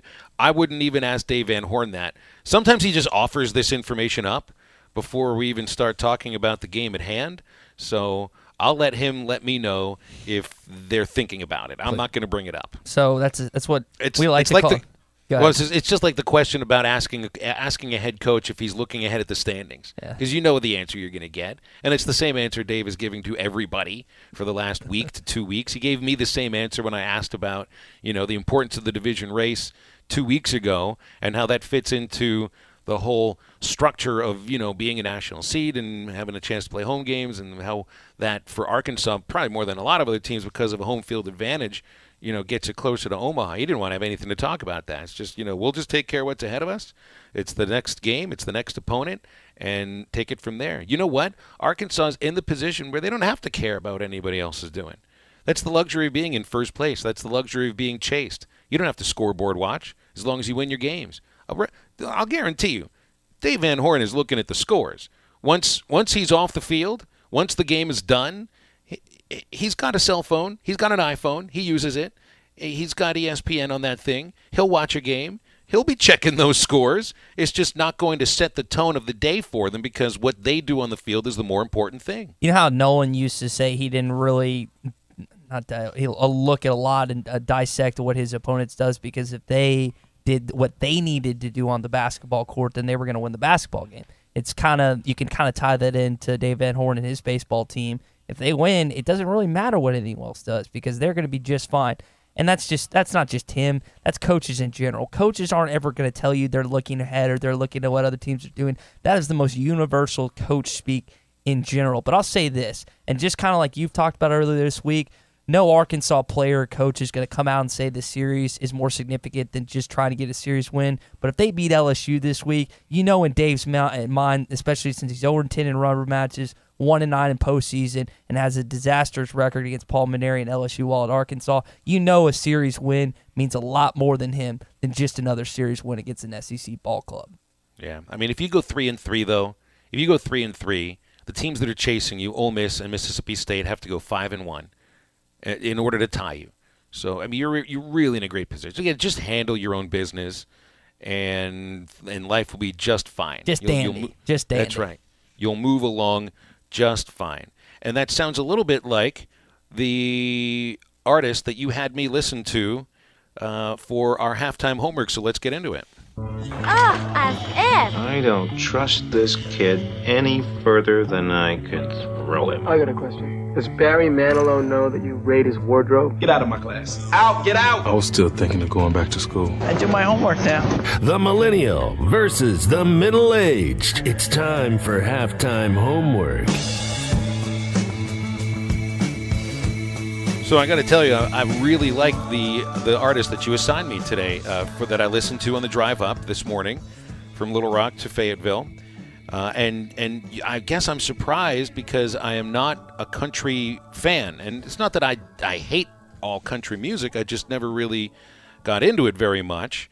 But I really got to tell you, I enjoyed the album and a half that I've listened to of Casey Musgraves. Wow. Album and a half. She's got a tremendous voice, really a lovely voice. It's smooth. And I think she's a terrific lyricist. As long as she's the one who's writing the lyrics and she's the lyricist, then that'll suck me in even further. I like the messages that I heard on the album, Pageant Material, which was the whole album I listened to. That's from 2015. I know she really hit the scene in 2013 with Same Trailer, Different Park, and I made it about halfway through that. I Miss You is a great song. Merry-Go-Round, a fantastic song. But I really loved all of Pageant Material. I thought this was a terrific album. So is she one of the country artists that is taken seriously? Because to me, she sounds like she should be. Her lyrics have substance to them. She's not singing all about bubblegum and drinking. You know, essentially, I mean, how many of the country songs come down to the same 5 things? Trucks, beer, moonlight, women in jeans. But you could say the same thing about rap. You could say the same. I feel like that's just music in general that it comes down to in just some different cases, ways. But it seems for the lyrics that I heard from Casey Musgraves, it just felt like there was substance to it, and it was enjoyable to listen to. And that's aside from the idea that, I mean, she's got a fabulous voice, really a beautiful voice, and this is somebody that I think I could follow. I think she's pretty well liked in the industry, not only in the country music industry, but just the music industry in general. And I can't speak to just like in volumes of that because I don't pay attention to it that closely. But based on the different celebrities that have spoken about her and the different just kind of perception you get, I think she's well liked. And she's really enjoyable. I had a buddy who got a chance to attend the CMA, like not front row, but he was like 10 rows off the stage. And he said like she just sounded like an angel. He was like, that was the most incredible live music performance I've ever been to. And so based on that, and I had listened to her, I think, but I started listening to her a little more last year, and then I've listened to her a few of her stuff this year. I just think she's really good. And it doesn't hurt that she's breathtakingly beautiful. That never hurts anything, so. Her lyric from Pageant Material, I got a big kick. I know there was a lot of lyrics of hers that I really like, but I ain't Pageant Material. The only crown is in my glass. They won't be handing me a sash, and that's okay because there's no way you'll ever see me in a swimsuit on a stage. And I don't know. I painted a good picture, you know, of somebody that sounds like they're just proud of exactly who they are and not going to change. And I don't know. I think it was a good assignment. You assigned me a really good artist, and again, it's somebody that, I thought Thomas Rhett was okay. I'm not going to be following Thomas Rhett's career, but I think Casey Musgraves is somebody that I could follow. Get one of your boys to make one of her songs his opening, his walk-up song. His walk-up song. ask one of the guys. Hey man, I just started listening to Casey Musgraves. I think you should change your walk-up song to one of hers. See how that goes over. We'll see. All right, I'll ask him about 4 hours during batting practice. Why not? Phil, I'm a little disappointed in myself. And generally, for the most part, I think you've hit about 75% of the movie and food and music assignments that you've given me in homework. I was just not attached to George Michael and Wham. There was very few songs that I listened to, and I listened to a good portion of them. But I just, I don't know. It just didn't. It didn't. You know how we always talk about what holds up or not with my generation from your generation? This to me just, it didn't hold up. I like Wake Me Up Before You Go. I'd heard that song before. Yeah, that's a timeless party song. That's a pretty and if I told you with Whitney Houston, I love Whitney Houston, so that was good to me. But I don't know, man. And I feel like I'm hurting your feelings because, especially since you like my artist, and now I have to tell you that I wasn't a huge fan of yours. No. See, a lot of the stuff with Wham, I feel didn't necessarily hold up. And I forget if Careless Whisper was Wham or George Michael. Because, I mean, he separated himself from and then turned into an even bigger star. So did you listen to the album Faith? Because that's the album where he just, that to me was one of the great albums of the 80s and maybe one of the great albums of all time. Did you listen to more Wham or more George Michael? I listened to both. All those songs I have listed there, you can look at them and see. And I don't know the album Faith, if there's any particular song that I need to listen to from the album. The entire thing. I don't want to assign extra credit for something that I already assigned, but if you listen to Wham, that's one thing. A lot of the stuff from Wham doesn't hold up. I'm Your Man, I don't know if it holds up very well. Freedom, I agree that doesn't necessarily hold up so well. But when George Michael separated and became a solo star, the album Faith, I think, holds up. The song Faith holds up. Father Figure holds up. I Want Your Sex is weird, but I don't know if I'd say it holds up. One More Try, without question, holds up. And Kissing a Fool, too. So, I mean, I don't know if you listen to the right George Michael. I'll tell you what. On my car ride up to Fayetteville tomorrow, because I'm going to be making my way up to the game, I will listen to that album Faith. I'll just pull up on Spotify and we'll go from there. And then I'll let you know, because I'll see you tomorrow night, and I'll let you know what I thought. Okay, sounds good. Sounds good. So you get a little extra time to finish your assignment, I guess is there. Teach gave you some extra time. Extra time. All right, man, I got a movie assignment for you this week. You mentioned the Hall & Oates stuff. And yes, and you've been using it for our intros. Well done. Yeah, and it's been enjoyable. And I told you the first time I heard about Hall & Oates was She's Out of My League. So that's your next movie assignment. Half a point because he's a nice guy, right? And he's funny, so that's half a point each. That brings him to 6. Devin's right. But he drives box, so you have to deduct a point. So we're back to a 5. 5. Meanwhile, this Molly is a hard 10. And that 5-point disparity, that is a chasm. Chasm? Chasm. And you can't jump more than 2 points. Guys, I think this system's ridiculous. All right? If someone really loves you, then you are a 10. Are you Hannah Montana? Because nothing you're saying right now is of any help to Kirk. Phil, you know how I talked about a couple weeks ago when you were going to watch Everybody Wants Some? I had 100% confidence that you would enjoy that movie because it was you were right. It was highly enjoyable. Yeah, it wasn't the level of Dazed and Confused, but it was like the secondary, My Generation version. It had baseball orchestrated within the movie, so I knew you would like that.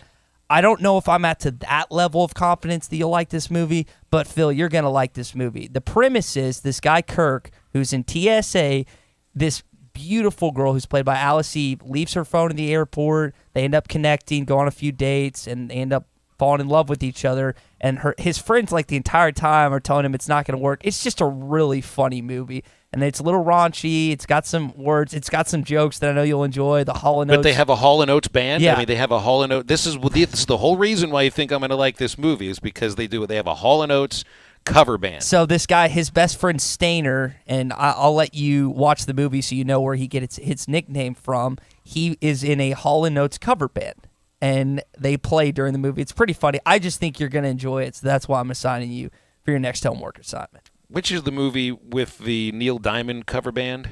Neil Diamond. Am I gonna have to generation? Is that before my time? No. That's like 15 or 16 years ago. I feel like I should be pressing the generational gap button for you. Neil Diamond. We'll look that. Are you talking about the late '90s movie that we love? No. This is from. I swear this is from like 15 years ago. Neil Diamond. Someone help us on Twitter at HitThatLineAR at Phil Elson PXPX Tye Sports Radio. It's from Saving Silverman. Okay, I don't know from 2001. Generational gap. I don't know what It's from 2001 for crying out loud. You've assigned me things from like 1999. I guess that's not fair. But yeah, so I just think you're going to enjoy this movie. Again, not to maybe the level of Everybody Wants Some, but I think you're going to like this movie. Okay, well then I'll look it up. She's out of my league. All right, so here's I got a couple of assignments for you for this week. And by the way, you did assign me some food which I'd forgotten about. Mamica, that's what it was. Yeah. And I don't know where to get it in Fayetteville. You said that there's a place in Fayetteville that sells Mamica, which apparently is like a bunch of fruit cut up on something else. I guess you could get some before the game today. I'm not kidding, Phil. It's half a mile from your apartment, if that. Just type in Mamica, Mamaka, I think, on your phone, and there's a place right by you.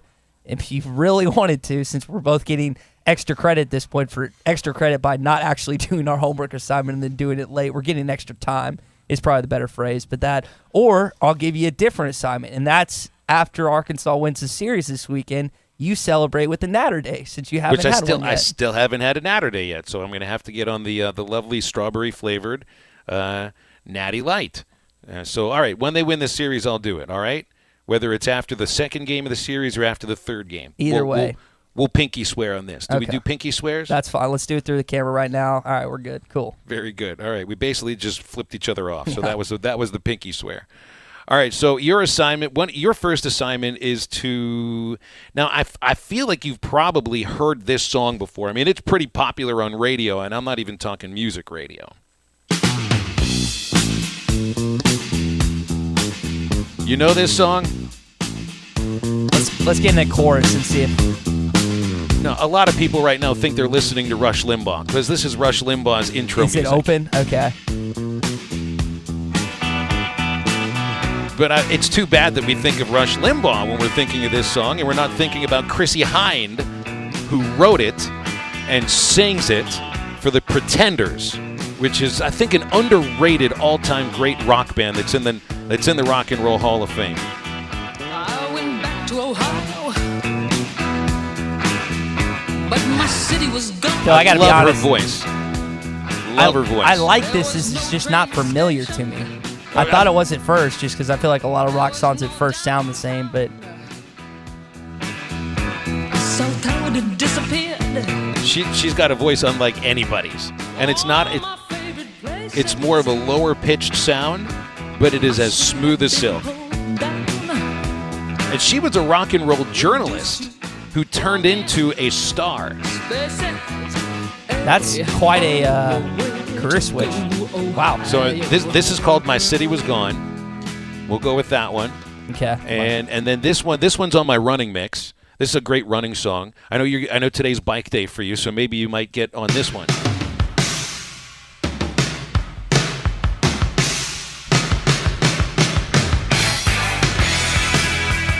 This is called "Middle of the Road." Great beat.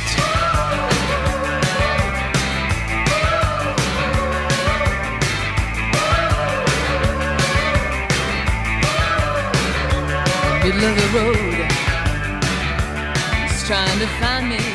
You know, you don't get like the soaring high notes from Chrissie Hynde, but you get smooth, great lyrics and just a fun voice. The songs are always fun to listen to. So I'm assigning you the Pretenders. Listen to 3 Pretenders songs. Tell me what you think. So I don't even have to wait till my drive up to Fayetteville tomorrow because I'll just be on the bike for an hour, about 18 miles. So I'll just pop in The Faith by George Michael, and then this Pretend. Is there a particular album that I need to listen to from the Pretenders, Phil? Or is it just every song they have? No, I would say those 2 at least. Middle of the Road and My City Was Gone. And then there's another one called Back on the Chain Gang. Sweet. All right, man. Got them down. All right, so then there's a sports thing for you to take a look up here. I'm giving you a reading assignment. I need you to read up on a super prospect pitcher signed by the New York Mets in 1985. His name is Sid Finch. SIDDFINCH. Sid Finch. And tell me what you found out about. Is it one of your buddies, or is there going to be a connection to you or something? Nope. I just want to see what you find out about Sid Finch. Okay. Who I don't know if he ever made it to a big league game, but he was a super prospect for the Mets in 1985. Sid Finch. So there you go. All right. So I'm listening to the Pretender. I'm watching She's Out of My League. I'm going to drink a Natter Day if Arkansas wins 2 out of 3 at least. And you are reading up on Sid Finch and listening to the Pretenders. Sound like an assignment? Sounds like a plan. I got one more bonus assignment for us both. And when I put this on the rundown, you added something that I hadn't heard. But for those who haven't heard about the Cubs fan that was kicked out of the Cubs of Wrigley Field for life and I don't know his motives. I can't 100% say this, but apparently what I like to call the ball gazer sign is that the game that I played since I was in middle school, where you get to hit someone if they look down when you have the 3 fingers up in the circle. What's it? You called it hot hands back in the day? What is that?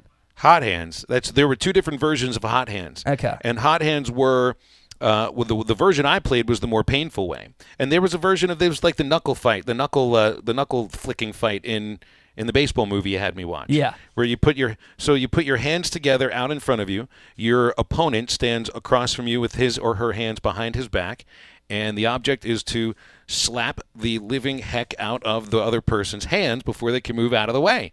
And every time you hit, you get a chance to hit again. So it's like there's the other version which you put your hands palm side up, and the other person puts their hands palm side down on your hands. Okay, I played that. Yeah, you can slap, but that doesn't lead to enough pain, apparently, because when I was a kid, we played the version that inflicted as much pain as possible, especially if you were really quicker than your opponent. There's also 2 parts of the ball gazer game. We would play that you get 2 hits on the arm, but when it got really intense, when it really heightened, I think in 7th and 8th grade, you actually got to hit the other person in their private spot. And then we were after that started escalating, the teachers and the administration had to crack down, and we were no longer allowed to play. So that sign to me has never meant white supremacy, but at this day and age, who knows, man. It never did to me either. And I played that game with my friends where you just stick the OK sign out somewhere, and that was like 20 years before I did. 20 years. 20 years, man. Exactly. So I don't know if I get that if I get that so much. All right. So let's step aside for a break. We come back, got some Razorback news as halftime continues. This is ESPN Arkansas and hitthatline.com. No hidden agendas on this program. You're listening to Halftime.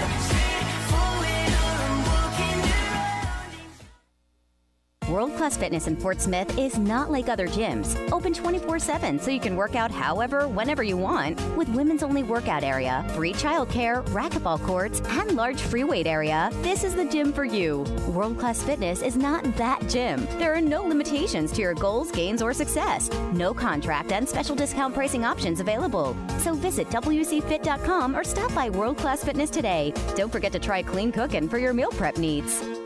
This is Mark Hurst. How important is new technology? That's a question I was recently asked by a student at a career day presentation at a local school. At Hurst Family Dental Care, we use new technology like digital x-rays, an iTero scanner instead of those messy impressions, and an Invisalign outcome simulator which can show you within minutes how Invisalign can straighten your teeth. Give us a call at 474-1972 and let us show you how new technology makes a difference in the way we are able to care for you. Hurst Family Dental Care, a name you know and a name you can trust. It's Truck Month at Harry Robinson Buick GMC. Save up to $15,000 off on a new GMC Sierra. Remaining 2018 Sierra trucks. Save up to $15,000 off. Or see the all-new 2019 GMC Sierra with a redesigned body style and a tailgate that's for work or play. Take $12,000 off or choose 0% for 72 months. It's Truck Month. Save up to $15,000 off on a new Sierra at Harry Robinson Buick GMC.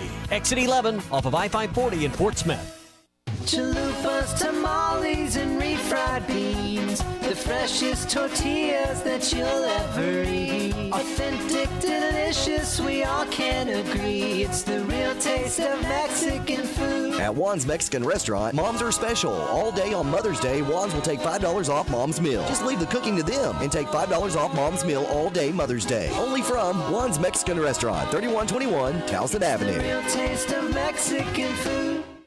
Tommy Kraft for the Fence Man. Do you own a business that needs more security? Or maybe you just want a better look and more curb appeal? A new fence from the Fence Man can give you both. In business for more than 40 years, the Fence Man can custom install any type of fencing, gates, controlled access, and card readers. Call the Fence Man for a quick, no obligations quote. 479-782-3936. That's 782-3936. The Fence Man.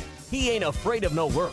If you have experience transporting frozen and refrigerated goods and want to be part of a trucking family with insurance and be home every week, you need to contact Brent Higgins Trucking. Since 1997, Brent Higgins Trucking in Mulberry has been proudly delivering to and from various areas of the United States, including but not limited to Oklahoma, Texas, Louisiana, and Mississippi. Brent Higgins Trucking, where you're a name, not a number. Call them at 479-997-2366 or log on to BrentHigginsTrucking.com. May is here, and at Frankfurt Furniture, it's time for May Pick a Number sale. Not customers who finance get to draw a ticket out of our Pick a Number box. with discounts from 5% to 50% off. Remember, always at Frank Road Furniture for our cash customers, 25% off if you're paying with check, cash, or card. Also register to win your choice of a 50-inch smart TV or a recliner to be given away May 31st. Frank Road Furniture, your Made in the USA headquarters. Best seats in the house. Well, at least you didn't hit me with a pan this time. This is the Morning Rush. Better by, would that be Khalid? That's correct. Yeah. All right. That's a That was decent one song. of them I heard. Sunflower. Yeah. Taylor Swift song Me. Yeah. Sunflower by Post Malone. There you go. So y'all can't say anymore that the old man hadn't listened to some Post Malone. Dancing with a Stranger by Sam Smith. This is great stuff that I will never listen to again. Don't miss the Morning Rush. Weekdays from 6 till 9. Only on ESPN 95.3. Halftime is brought to you by 906 Cocktail and Cigar Lounge. Upgrade your evening on the Avenue.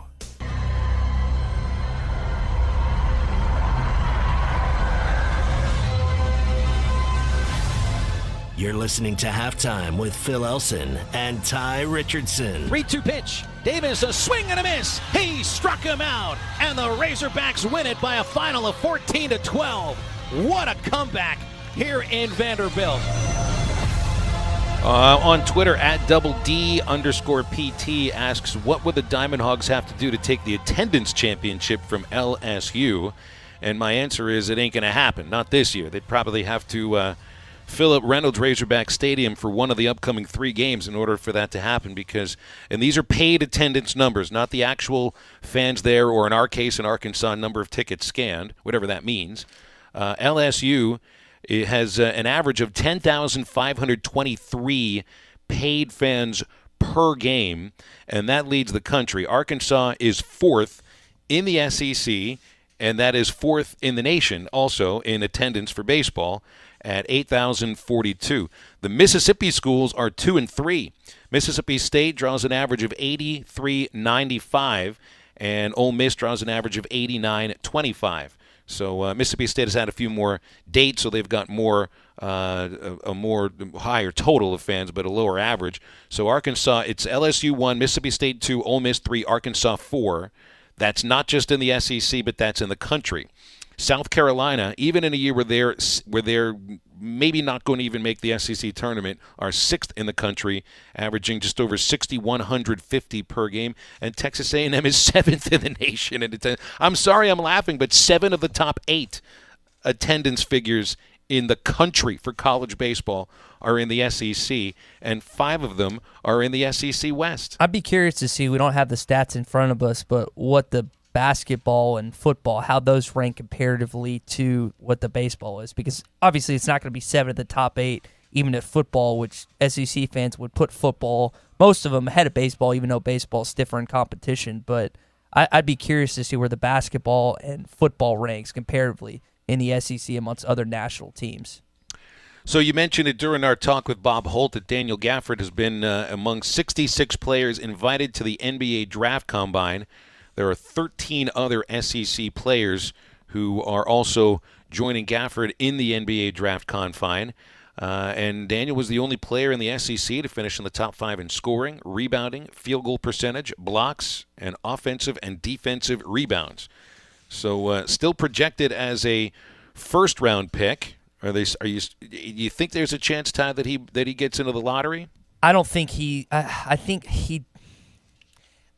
It's not that he did a disservice to himself, but it's just the talent around him, all these new pieces and stuff. And it's not all on Mike Anderson. It's not all on the players. It's probably a combination effort, along with Daniel Gafford really not improving his jump shot that much. But I think based on the season, even though he had a lot of success at times, I don't think he did enough to push him into a lottery pick. But I've seen crazier things happen in the NBA, not only the NBA, but NFL as well, where GMs and managers select of guys. But I see him going late 20s, and if he slips in the second round, I'd be surprised. I think more along the lines of late 20s is more along the lines where he'll fall, Phil.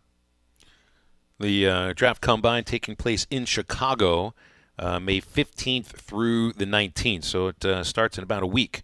So it's a big 4 days coming up for Daniel Gafford. Also, Eric Musselman made his first offer to an in-state player, I believe. He's now offered Darian Ford, freshman out of Magnolia, a freshman getting an offer here from Coach Musselman. I guess he also offered Moses Moody, so I misspoke if I said first in-state. But it's the first, I guess you'd say first from what class would that make Darian Ford, 2022? I think that's right. Yeah, I do math on the fly real quick. But this kid, talking with Richard Davenport and some other high-profile recruiting guys, this kid can play. He needs to improve his outside jump shot a little bit. I've talked with Nick Mason about that. If he gets that going, then this kid's going to be tough to stop. He has what I think Richard said this morning, that he has the potential to be like a top 20, 30 kid nationally. And that's along the same lines of a Malik Monk. You think back to Corliss Williamson. I mean, this kid's got offers Alabama, Oklahoma State, TCU, Baylor. I think it's only going to keep increasing, but we'll see what happens. And we've become such, in basketball today, it's become such a shooting spectacle with the evolution of the game, especially. And we always talk about Steph Curry. He's the big part of that. This kid's got to be able to learn to have a little bit more of a jumper, because as much as we like watching slashers and stuff, the way the game is evolving, you got to be able to shoot the rock, Phil. Well, he's got a couple years to work on it before he shows up on anybody's campus, even for, when do you start making official visits as a freshman? I mean, can you start going as a sophomore? I would assume you probably could. I think it's a sophomore, junior. And when it comes to recruiting stuff, I am nowhere near close to being an expert like Danny, Richard, Nikki, and some of those people. But, yeah, I would venture to say it's probably sophomore, more likely junior, but potentially sophomore. Well, more on the side of players who can help you sooner rather than later. Connor Vanover, the 7'3" native of, is he from Little Rock? Yeah, so he went to Baptist Prep, and I think that's right. His last year he transferred to Findlay Prep, which is the same school I think that Reggie Chaney was at, if I remember that correctly. But yeah, he's a Little Rock kid. And coming out of Cal Berkeley, where he would have to sit a year, but he would be on the court before Darian Ford would be. So he has started his official visit this morning, and I feel like this is an important player. If you get a chance to sign somebody at 7'3" that had decent numbers as a freshman at Cal Berkeley, that hopefully, I'm sure the visit will go well. He is from Little Rock, so he would understand what playing for the Razorbacks would mean as an in-state kid. And I think that could potentially be a big get if things go well. All right, we'll step aside after a quick minute, but I want to remind our listeners about our friends at 906 Cocktail and Cigar Lounge. It's a great place to upgrade your evening with the guys. It can be so much more than just a regular night. Rediscover life's simple pleasures. Just dial back, slow down, and immerse yourself in everything that true relaxation can be, like top-shelf liquors, top-shelf wines, premium beers, world-class cigars, all in an atmosphere that feels much less like a lounge, and everything that a destination should be. Sample, indulge, and escape. 906 Cocktail and Cigar Lounge in Fort Smith. We'll come back with ESPN play-by-play announcer Tom Hart. He's on the call for the Hogs and the Tigers. And this is ESPN Arkansas and HitThatLine.com. You're listening to Halftime with Phil Elson and Tye Richardson. Follow them on Twitter at Phil Elson PXP and at Tye Sports Radio. Kick off the season the right way with a new RV from Crabtree RV in Alma. Crabtree is extending our RV show pricing all season long. Check out our spring show specials like a Salem 207 with a slide and bunks for $147 a month. And with RV show pricing, you can take up to $10,000 off of MSRP on new travel trailers and up to $15,000 off new fifth wheels. And we'll still give you more for your trade than the other guys. At Crabtree RV in Alma, where your family's dreams come true. Hug Chevrolet Buick GMC in Charleston has doubled our pre-owned inventory, and we've got to make room so everything will fit on the lot. So now is the absolute best time to come in and get a great deal on one of our premium pre-owned vehicles at Hug Chevrolet Buick GMC in Charleston. We have everything from GM-certified pre-owned vehicles to competitive make imports and domestics. Take the short drive to Hug Chevrolet Buick GMC in Charleston and drive home in your next vehicle, or visit us online at huggm.com. Hug Chevrolet Buick GMC, closer than you think.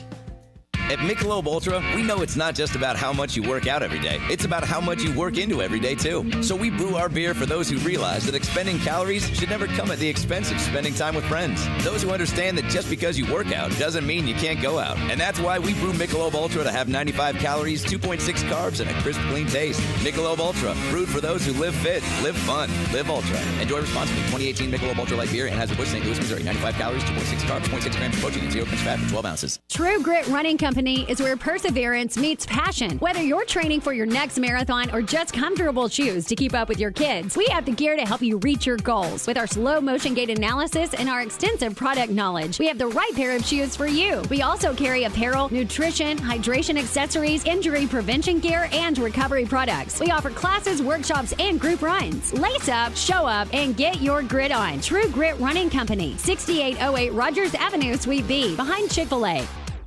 Auto Park in Fort Smith combines over 90 years of family-owned experience with the best sales and service teams around. And at Orr Auto Park, every new vehicle comes with a lifetime engine warranty, free maintenance for 2 years, and free car washes for the life of the vehicle. The largest selection, the biggest discounts, and the best buying experience around. These are some of the reasons why you always score more with Orr Auto Park in Fort Smith. Stop in today, or they are always open online 24/7 at orautopark.com. What are people saying about the Lynx at Chaffee Crossing? Number one, it was by far the best barbecue I've had with great sides. Number two, it was a great place to sit down and watch the game on TV while having your favorite drink or beer. Come and enjoy Lynx at Chaffee Crossing. Relaxed atmosphere, great barbecue, burgers, and more. Plenty of TVs to watch the game room with the pool table along with full bar and lots of cold beer. Good food and good times are all at the Lynx at Chaffee Crossing off Custer Boulevard in Fort Smith. Halftime is brought to you by Orr Auto Park. Score more with Orr.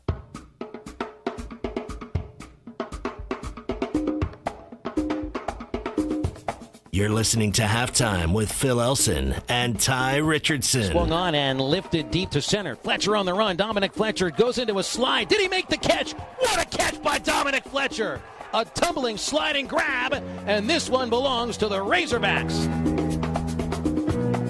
Tom Hart's on the call for 2 of the 3 games with Arkansas and LSU. We'll have Kyle Peterson and Eduardo Perez. It's on ESPNU tonight, ESPN2 on Saturday. And he's good to give us some of his time today. Tom, always great talking with you. Thanks so much for coming on. How are you? I'm great, Phil. Thanks for having me on today. I appreciate it. Absolutely, absolutely. So my impression of this series that's coming up here is that LSU still could make a postseason run if they get healthy in the pitching staff.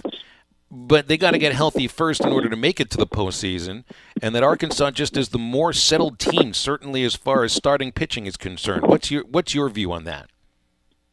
Yeah, this 3-game losing streak for LSU right now reminds me of the meme that has the dog sitting at the bar drinking his coffee, and there's fire behind him, and he says, "Oh, everything's fine."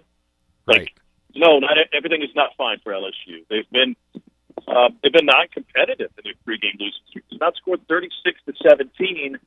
And don't get me wrong, everybody in the SEC has high bar when it comes to baseball, but LSU's a little bit different. I think from a general perspective, they're the program everyone aspires to be from a history perspective and from a resource perspective. I'm not saying they have the best stadium, but from resources, they have everything that they need, and they're in a talent-rich state. So for them and for the LSU fans, it's not about making the postseason, number one. It's about what we should be in position to host. And why aren't we in position to be a national seed? I think right now, if you look at all the projections, they're kind of hanging by a thread in terms of hosting, but they can't afford.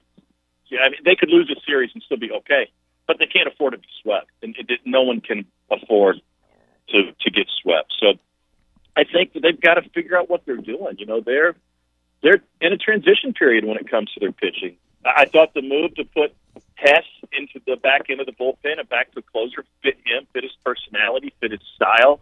In that first game against Ole Miss, he's on the mound growling and screaming and striking out a guy with the bases loaded. That's who he is. He's the wild thing. He's the monster that comes out of the bullpen, and it just never, even though he was effective at times, it never fit with him as a starter. So we'll see. We'll see what Fulminary does in rotation this weekend. Hilliard is a guy who had great success as a freshman, but he wasn't. You know, everything changes when you go to game one. Everything changes when you go to a Friday night or Thursday night as the calendar falls. And I think it's a lot easier to have success in this league as a Sunday starter versus a Friday. It's just common sense. So it'll be interesting to see what Hilliard brings to the mound tonight. Tom, on the Arkansas side of things, it just seems that everything up to this point has fallen into place. You know, all the questions that Dave Van Horn needed answered in a positive way.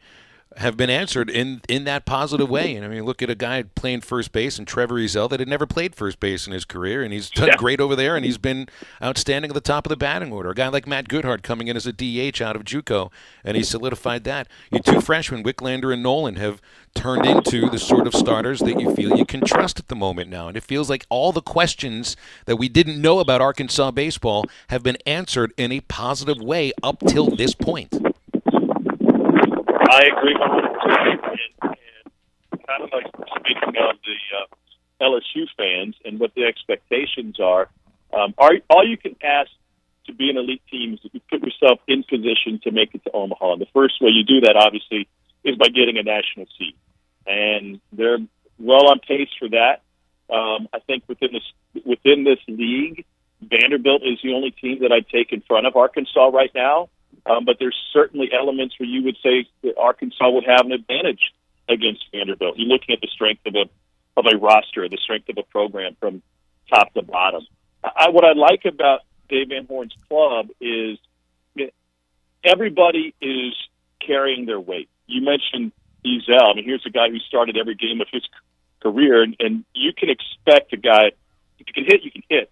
But you would expect a guy to be challenged when he comes from the OVC to the SEC, and it hasn't slowed him down, and that's quite frankly amazing. But the best, I guess my answer to my own question is the best teams are the oldest teams, and Ezell has experience, and he's been around, and there's no substitution for experience in this game. It's not just reps during practice week. It's playing in front of crowds. It's it's competing each and every week, and for 3 games every weekend. And I think those guys you mentioned, Ezell and Goodhart, they've done it at different levels, but they've done it, and that's the most important thing.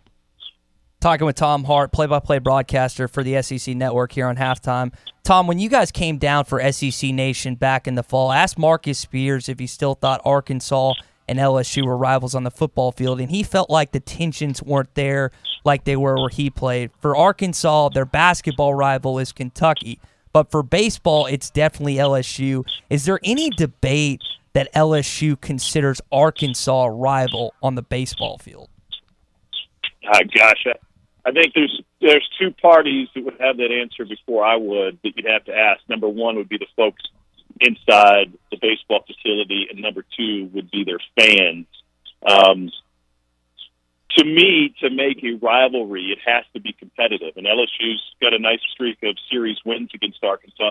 I don't necessarily mean head-to-head, but you have to be successful programs. And so when Marcus Spears is talking about the disassociation of that rivalry from a football standpoint, I think that's easy to understand because the Razorbacks had one of their worst years ever last year. Then the quarterback's coming in, give him a chance to be a lot more successful going forward. That's a different story. But from a baseball perspective, they're on the same level. And they're on the same level now, and there's no reason to think that they won't be on the same level in years to come. We just met with Dave Van Horn early this morning, down at the stadium, and the first guys we ran into when we walked in were all the guys that are putting together the plans for the new addition to the stadium. The architects are there. They're going over plans, and we got to sit in on a couple of those meetings. It is amazing. I mean, it is an arms race for facilities in this league right now. I've been to Mississippi State's new ballpark. I checked out Ole Miss's stuff. Everybody, Vandy's got new stuff from last fall. To continue to compete, draw recruits, you have to have something that brings them in, and Arkansas has that. So the next step from a rivalry perspective, Arkansas would be favored, obviously, to win the series this weekend based on how they're playing. You've got to win the games now head-to-head. But if you ask me, and I'm not the only one, and you can look at the paper, it seems obvious, either of the 2 programs, and LSU's got 6 national titles in their back pocket, of either of these 2 programs that you would place odds on to get to Omaha, it's simple. It's Arkansas. Arkansas right now is head and shoulders above where LSU is from a talent standpoint, from a organizational standpoint, and what we'll see this weekend, obviously, from a pitching standpoint. Tom, you mentioned Tim Corbin a little while back. He's doing pretty wondrous things down in Nashville. I mean, their team's pretty much lived up to expectations, number one in a couple different magazines, a couple different polls. But when Phil talked to me earlier this week, he told me, and I was shocked to hear this, Dave Van Horn has only won SEC Coach of the Year one time at his tenure at Arkansas. So it's basically down to them two. Who would you say is the Coach of the Year in this conference right now, Tim Corbin or Dave Van Horn? Man, first of all, I think all Coach of the Year honors should be voted on at the conclusion of the entire season. And I say that with all due respect to both Vanderbilt and Arkansas. No matter what happens in the regular season, both programs are at a point right now where they're judged on national championships and they're judged on trips to Omaha.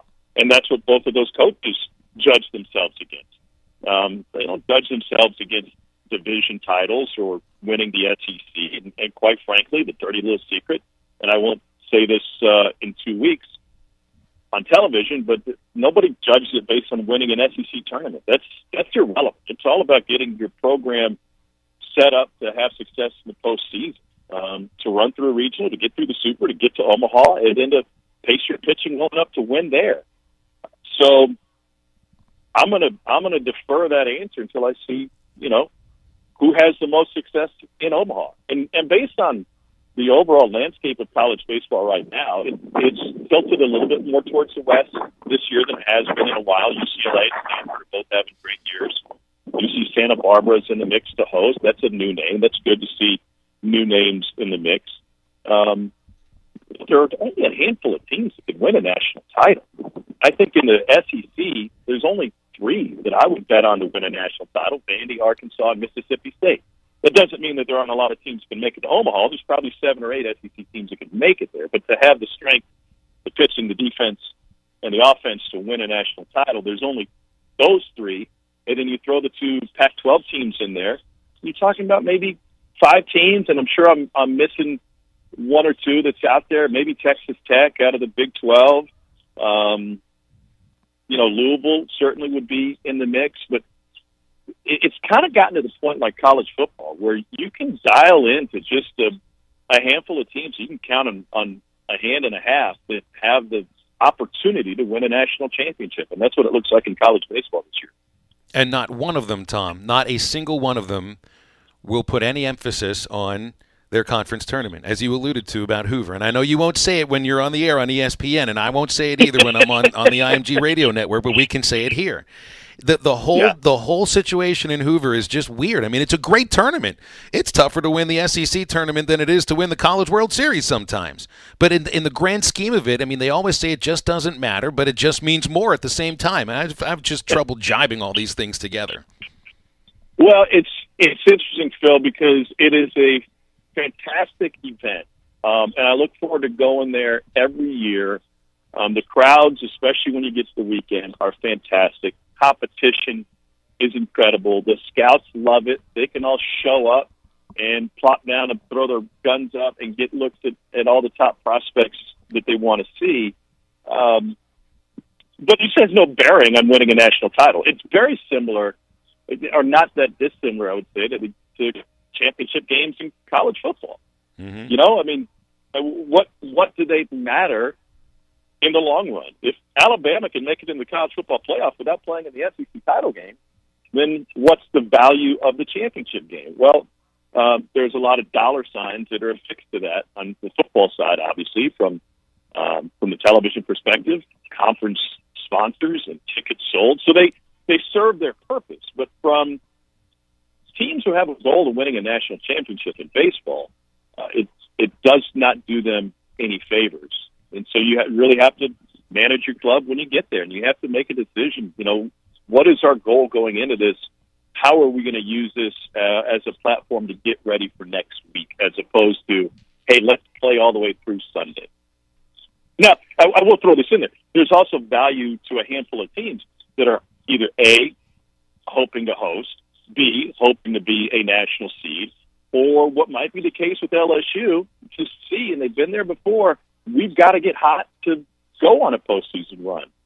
And so there are teams that use that as a trampoline to do just that. Tom, we got about a minute left here. Just give me a thought on when you come to Baum Stadium.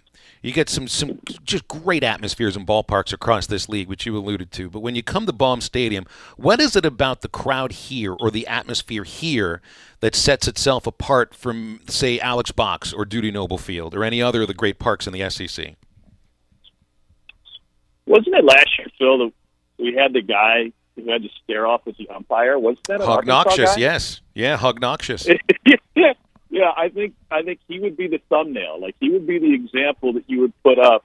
The folks here take it seriously. Not that they don't take it seriously at other places, but Ole Miss is a great party. Mississippi State has incredible facilities, and there are times where they're probably more worried about smoking their meat in left field than they are who's on the mound. Hognoxious is a guy that takes this game very seriously. With a tip of the cap to the minor league teams in the state, this is the pro team. This is the pro team in this state, and this is what people care about. And I would say the same when it comes to football and when it comes to basketball here at the University of Arkansas.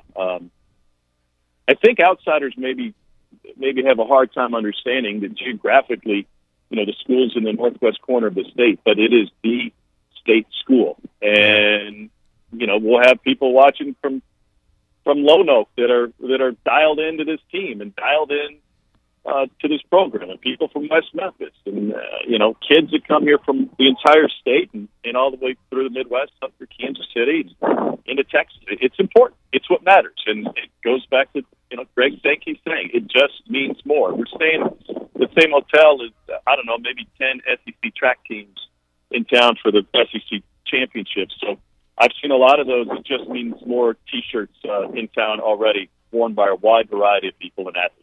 Yeah, tough not to buy in. All right, Tom, thanks for coming on today. We'll see you at the park later on this afternoon. Hey, sounds great. And by the way, thank you for your great call from Kentucky last week, because I was listening on my drive back from Athens, and it's such a treat because I'm a studier of not only the game but also broadcasting, and you do a fantastic job on the radio. There's no one else in this league I'd rather listen to, so keep up the good work. Well, I really appreciate that, Tom. That's good to hear. Thanks so much. All right, that's Tom Hart. Tom Hart, play-by-play, ESPN. We'll put a cherry on the top of halftime next. This is ESPN Arkansas and hitthatline.com. Shooters shoot. You're listening to Halftime. What it's doing to me ain't a secret. ProCare Family Health, with locations in Bonanza, Chaffee Crossing, and at their new location in Poto. 1103 Dewey Avenue in Poto is your primary care clinic, acting as a principal point of healthcare to patients of all ages. Their emphasis is to educate patients about their health and how to maintain it throughout their lifetime. They are devoted to the best research models so that their patients can get the highest standard of care. ProCare Family Health can assist with weight loss, testosterone injections, diabetes, and cortisone shots. ProCare Family Health, dedicating to meeting your healthcare needs. Hey, I don't know about you, but this warm spring weather has me itching for summertime. Hi, Tommy Kraft here from my good friends at Burton Pools and Spas in Fort Smith and in Springdale. Hey, if you're itching for some backyard fun in your own pool this spring and summer, it's not too late to call Burton Pools and Spas and let them help you design the backyard of your dreams and still enjoy a full swimming season this summer. Right now, kick off spring with big savings on Doughboy above-ground swimming pools. Save $500 on your purchase of a Doughboy above-ground pool. It includes everything you need: pool liner, pump, filter, everything to start relaxing in your own backyard with Burton's. And if you already have your own pool and you are ready to start swimming this season, Burton's has all the chemical supplies and advice you need to make your pool water crystal clear. Call Burton's right now and ask about pool supply packages and get 10% off everything you need through the month of May. Plus, they always do free water testing at Burton Pools and Spas. They're in Fort Smith and in Springdale and always online at burtonpools.com. Burton Pools and Spas, your source for backyard fun. Being the family superhero is a tireless job, constantly defending against skinned knees and sibling supervillains that won't share. But who's there for them if you're not? Your local Shelter Insurance agent. With an insurance superhero sidekick, you can find a life insurance plan that helps provide a safety net for your family. Find your insurance superhero at shelterinsurance.com. We're your shield. We're your shelter. Shelter Life Insurance Company, Columbia, Missouri. Call me, Wade Gilkey in Fort Smith. Or call me, Jim Malum in Charleston. Arts is more than barbecue and burgers. As a matter of fact, Arts has some of the best fried shrimp, grilled tilapia, and salmon you will find. And don't forget the catfish at Arts. Full-size meaty fillets, fried crispy golden brown, with hush puppies and all the fixins. And every Friday is Catfish Friday, featuring their catfish special at lunch and the all-you-can-eat Friday night special. Arts, more than just great barbecue and burgers. Try one of the shrimp or fresh fish entrees at Arts Barbecue on Rogers Avenue next to Aaron's in Fort Smith. Park in Fort Smith combines over 90 years of family-owned experience with the best sales and service teams around. And at Ora Auto Park, every new vehicle comes with a lifetime